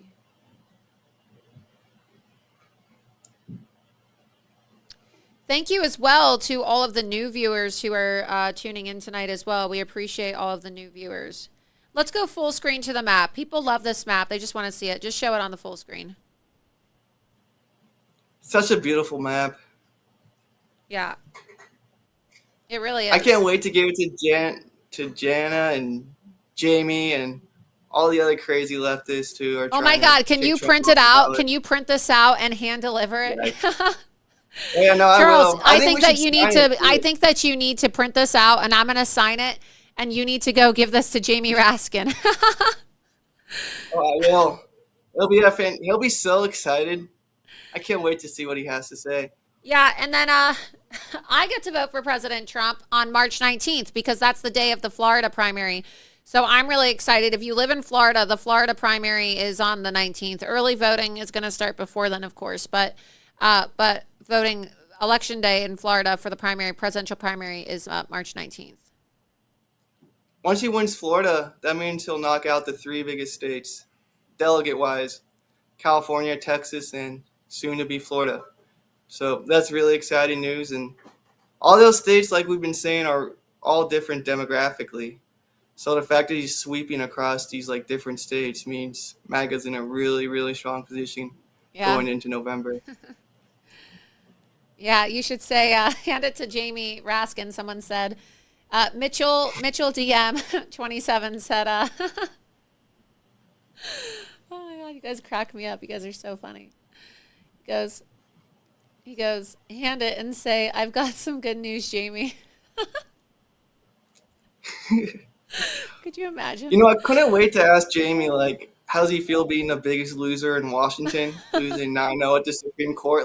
3 of your Democratic justice colleagues couldn't even agree with your BS 14th Amendment theory. But sadly, within minutes of him losing and getting embarrassed 9-0, he had to go write some lame bill. So now I guess we can still ask him how he feels being the biggest loser in Washington, D.C., losing 9-0, even to his Democratic colleagues, and ask him a question about the bill. And I guess we can give him the map, too.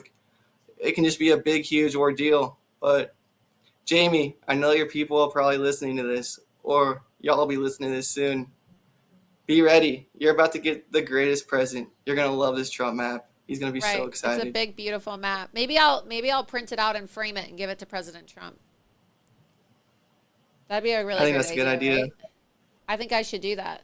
Get the president. Maybe I'm going to print it, and then I can give it to President Trump.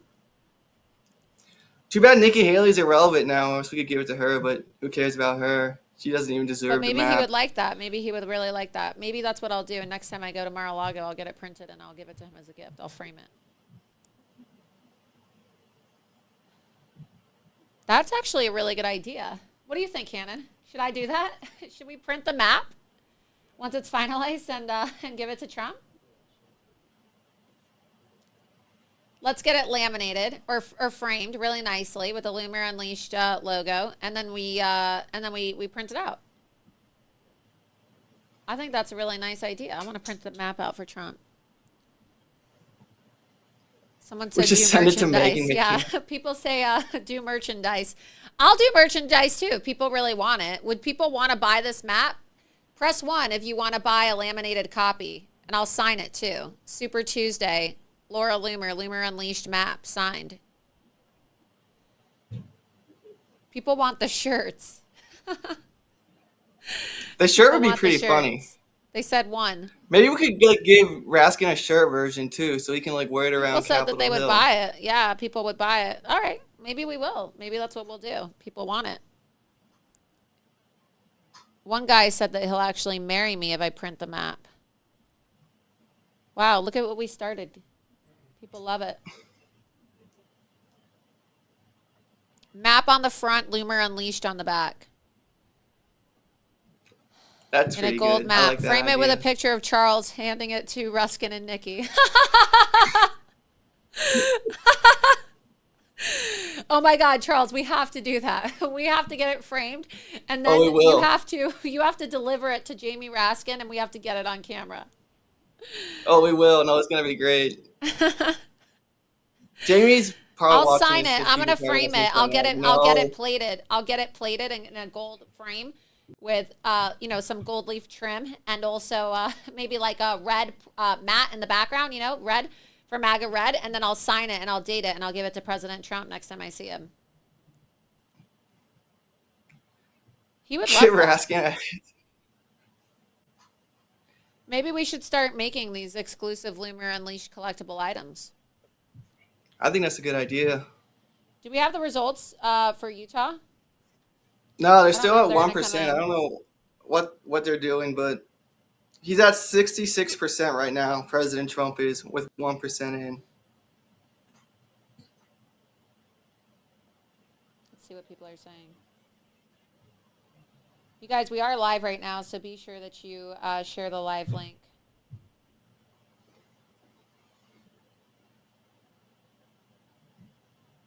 Laura, they said that Trump's going to say, Laura made a map. Some say the best map ever. I am. I'm going to put a red map underneath it, like the mat under a frame, and then I'll put it in a gold frame, and I'll sign it, and I'll give it to Trump. We need to do that. Let's make a note of that, please. We need to get this map printed, and we need to get it put in a gold frame, and we need to sign it and give it to President Trump. ASAP, as soon as the results are in. I'll handle the framing of it, but we need to get a final high resolution of the map printed as soon as these results come in. It won't take long. The map's done. Well, tomorrow. I'm not going to be able to get it framed tonight. I'm just saying that I want to be able to get it done. I mean, if possible, maybe tomorrow I can get it framed. I don't know how long it would take to get something framed like that. I want to get it professionally done, though. Yeah, but so maybe tomorrow.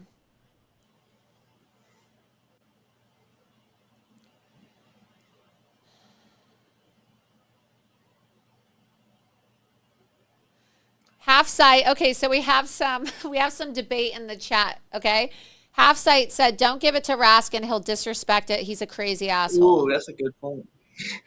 They're asking if we can leave. So they're asking if we can leave Vermont off because of bird brain.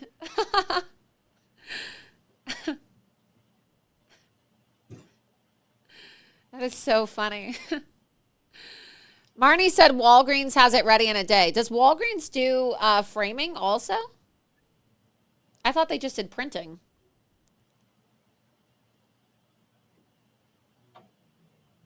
I want to get it laminated, though, like on an actual frame. Like, I want to get an actual frame, and then you can put it in his office, maybe.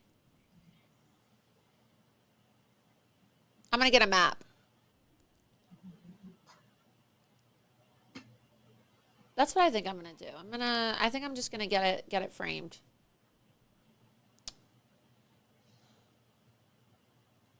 I think it'll be awesome regardless.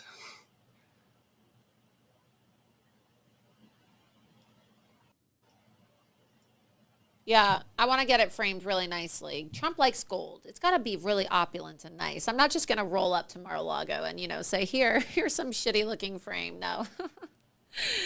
It's going to be a big, beautiful map and a big, beautiful frame. We have to get Trump the best frame. I'm going to go find it. I'm going to actually go online and I'm going to look for frames, because if I'm going to do this, it's going to be perfect. It's going to be great. Michaels. People said Michaels does it too. The primary for Arizona, they say, is 3/19/24. Same day as Arizona, too.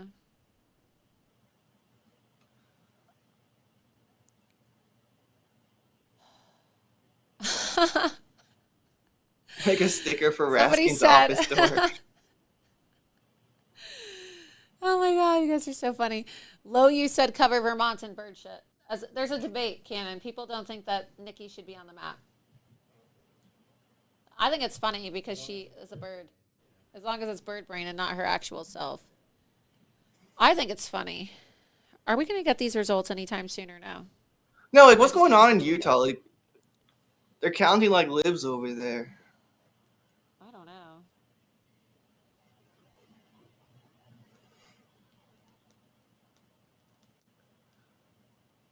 What the hell is taking these people so long? Yeah, no, like, they're still not updating. It's pretty remarkable. It's probably what's going on. But no, it's really weird. Like, the fact that California is counting quicker than Utah, that's really weird. Let's see.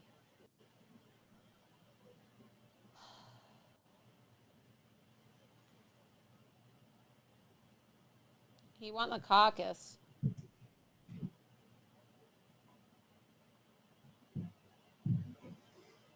Well, look. We have been live for several hours now, and the fact of the matter is that all we're waiting on right now, all we're waiting on is Utah and Alaska. So they're saying that Nikki Haley won Vermont. No surprise, given the fact that Vermont elected communist Bernie Sanders to the United States Senate. No surprise there. But other than that, let's show the map one last time before we sign off for the night. I will be posting the results later tonight if they come in for Alaska and Utah on my Twitter. So be sure that you're following me on Twitter as well. But it is really weird that Alaska and Utah are still not in yet. Maybe, yeah, especially Utah. Maybe Ronna Romney is counting the votes with her uncle. She only has 3 days left, So good news. Ronna Romney is officially out as RNC chairwoman on the 8th, so that's exciting. Maybe it's some last-minute shenanigans. Yeah, that's what I'm saying. I think maybe Ronna and Mitt, they're not taking it well. Maybe they're crying or something. Like, it's a funeral. Who knows? But it's very weird Utah's not in. Utah. Someone said I said Utah. I said Utah. Utah. Utah, that's how you say it, Utah. Utah has to print more ballots. It takes time. Someone said Lisa Murkowski screwing Alaska around. Yeah, isn't it interesting? Lisa Murkowski's state and Mitt Romney's state, right? What are the odds? Yeah, the two last ones. The two states that we're waiting on. Lisa Murkowski's and Mitt Romney's. Of course, typical bullshit. Like, it really makes these states look bad. Like, y'all don't know how to count. Like, they teach counting in elementary school. How can you not count the ballot? 1, 2, 3. It's very easy. Especially with computers now. It's very, very easy. But no, what's going on? It's like, seriously, is Mitt Romney and Ronna Romney having like a funeral that their power is coming to an end and they're taking their ball and going home? Because it's really making no sense why Utah is taking so long to come in. Is this like a test for November or something? Like, what's going on? I don't know. It doesn't. Like, how did California beat Utah in counting? It doesn't make any sense, but let's see. I keep looking at the monitor, and it's just like nothing else is coming in. Let's see what Team Trump. Like how are they stuck at 1%?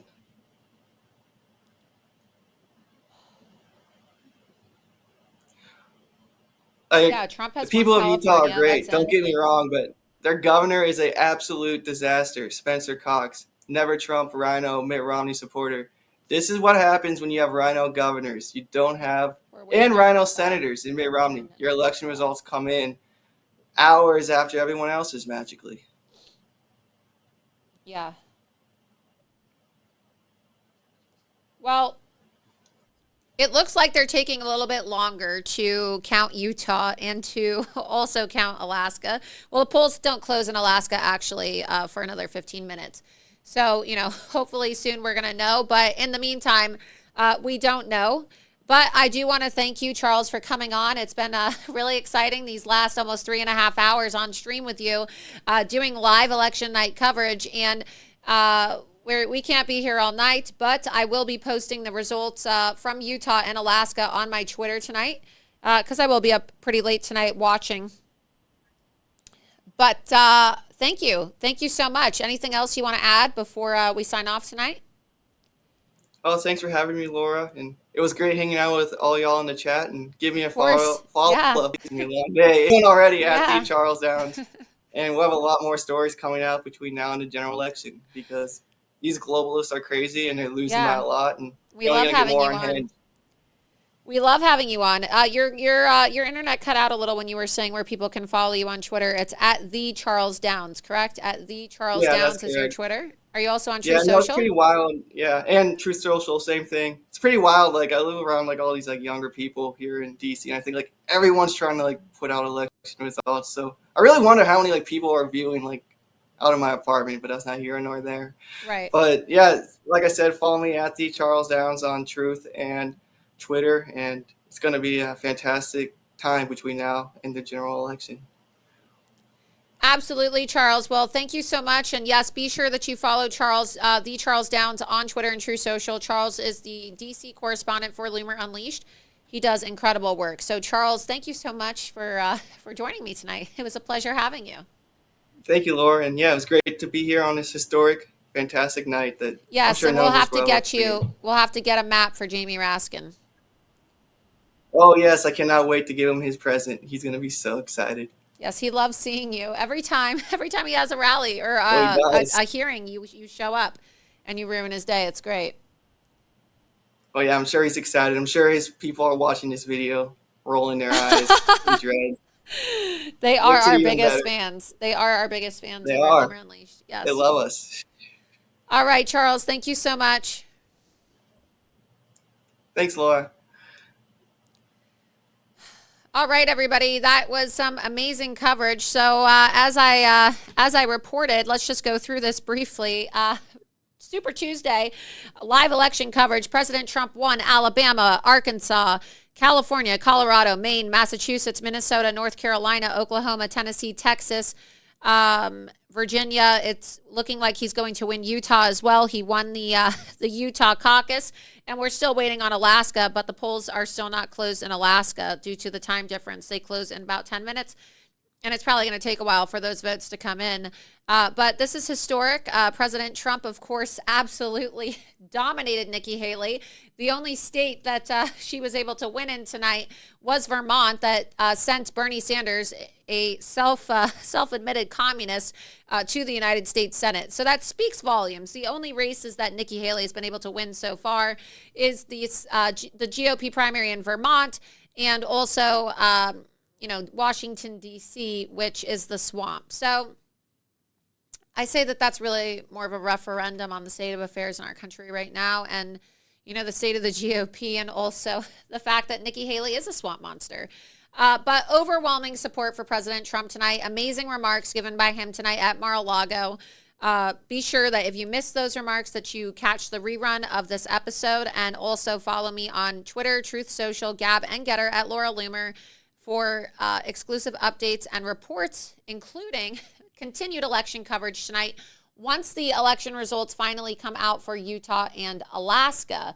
The next episode of Loomer Unleashed will be this Thursday. This Thursday is the 7th of March. And I will be releasing the exclusive teaser and announcement of my documentary, In the Darien Gap and the Invasion of Our Country. And so you're not going to want to miss this. It's the premiere teaser, and I'm going to be announcing the name of the documentary and showing you all some exclusive footage as well from my time in Darien Gap, Panama. So we're going to have a great show, great time. Tomorrow I'll be at Mar-a-Lago. I'll be sure to tell you all about how that goes after my time there tomorrow. But it was a pleasure speaking with all of you tonight. Thank you so much to everybody that decided to spend their election night with me. It's an honor that I'm able to provide you with election coverage and inform you about what is happening in our country. Very exciting time to be alive. Thank you again to Rumble for supporting my show and making it possible on this free speech platform. And again, the sponsors of tonight's episode of Loomer Unleashed, genucell.com/Loomer. 1775 Coffee, 1775coffee.com/Loomer, and also the Rumble Cloud. So friends.rumble.cloud. And also be sure that you sign up there and you can get up to 30% off this new service that Rumble is offering, and tell them that Laura Loomer sent you. But with that, I hope that you all enjoyed this very exciting election night coverage of Super Tuesday, Trump night as I like to call it. And I will see you on Thursday for another episode of Loomer Unleashed. Thank you so much for tuning in, and have a great night. There is a young female journalist, conservative journalist, by the name of Laura Loomer. If America's men acted like Laura Loomer, our problems will be fixed in about 5 minutes. Chain herself to She trained herself.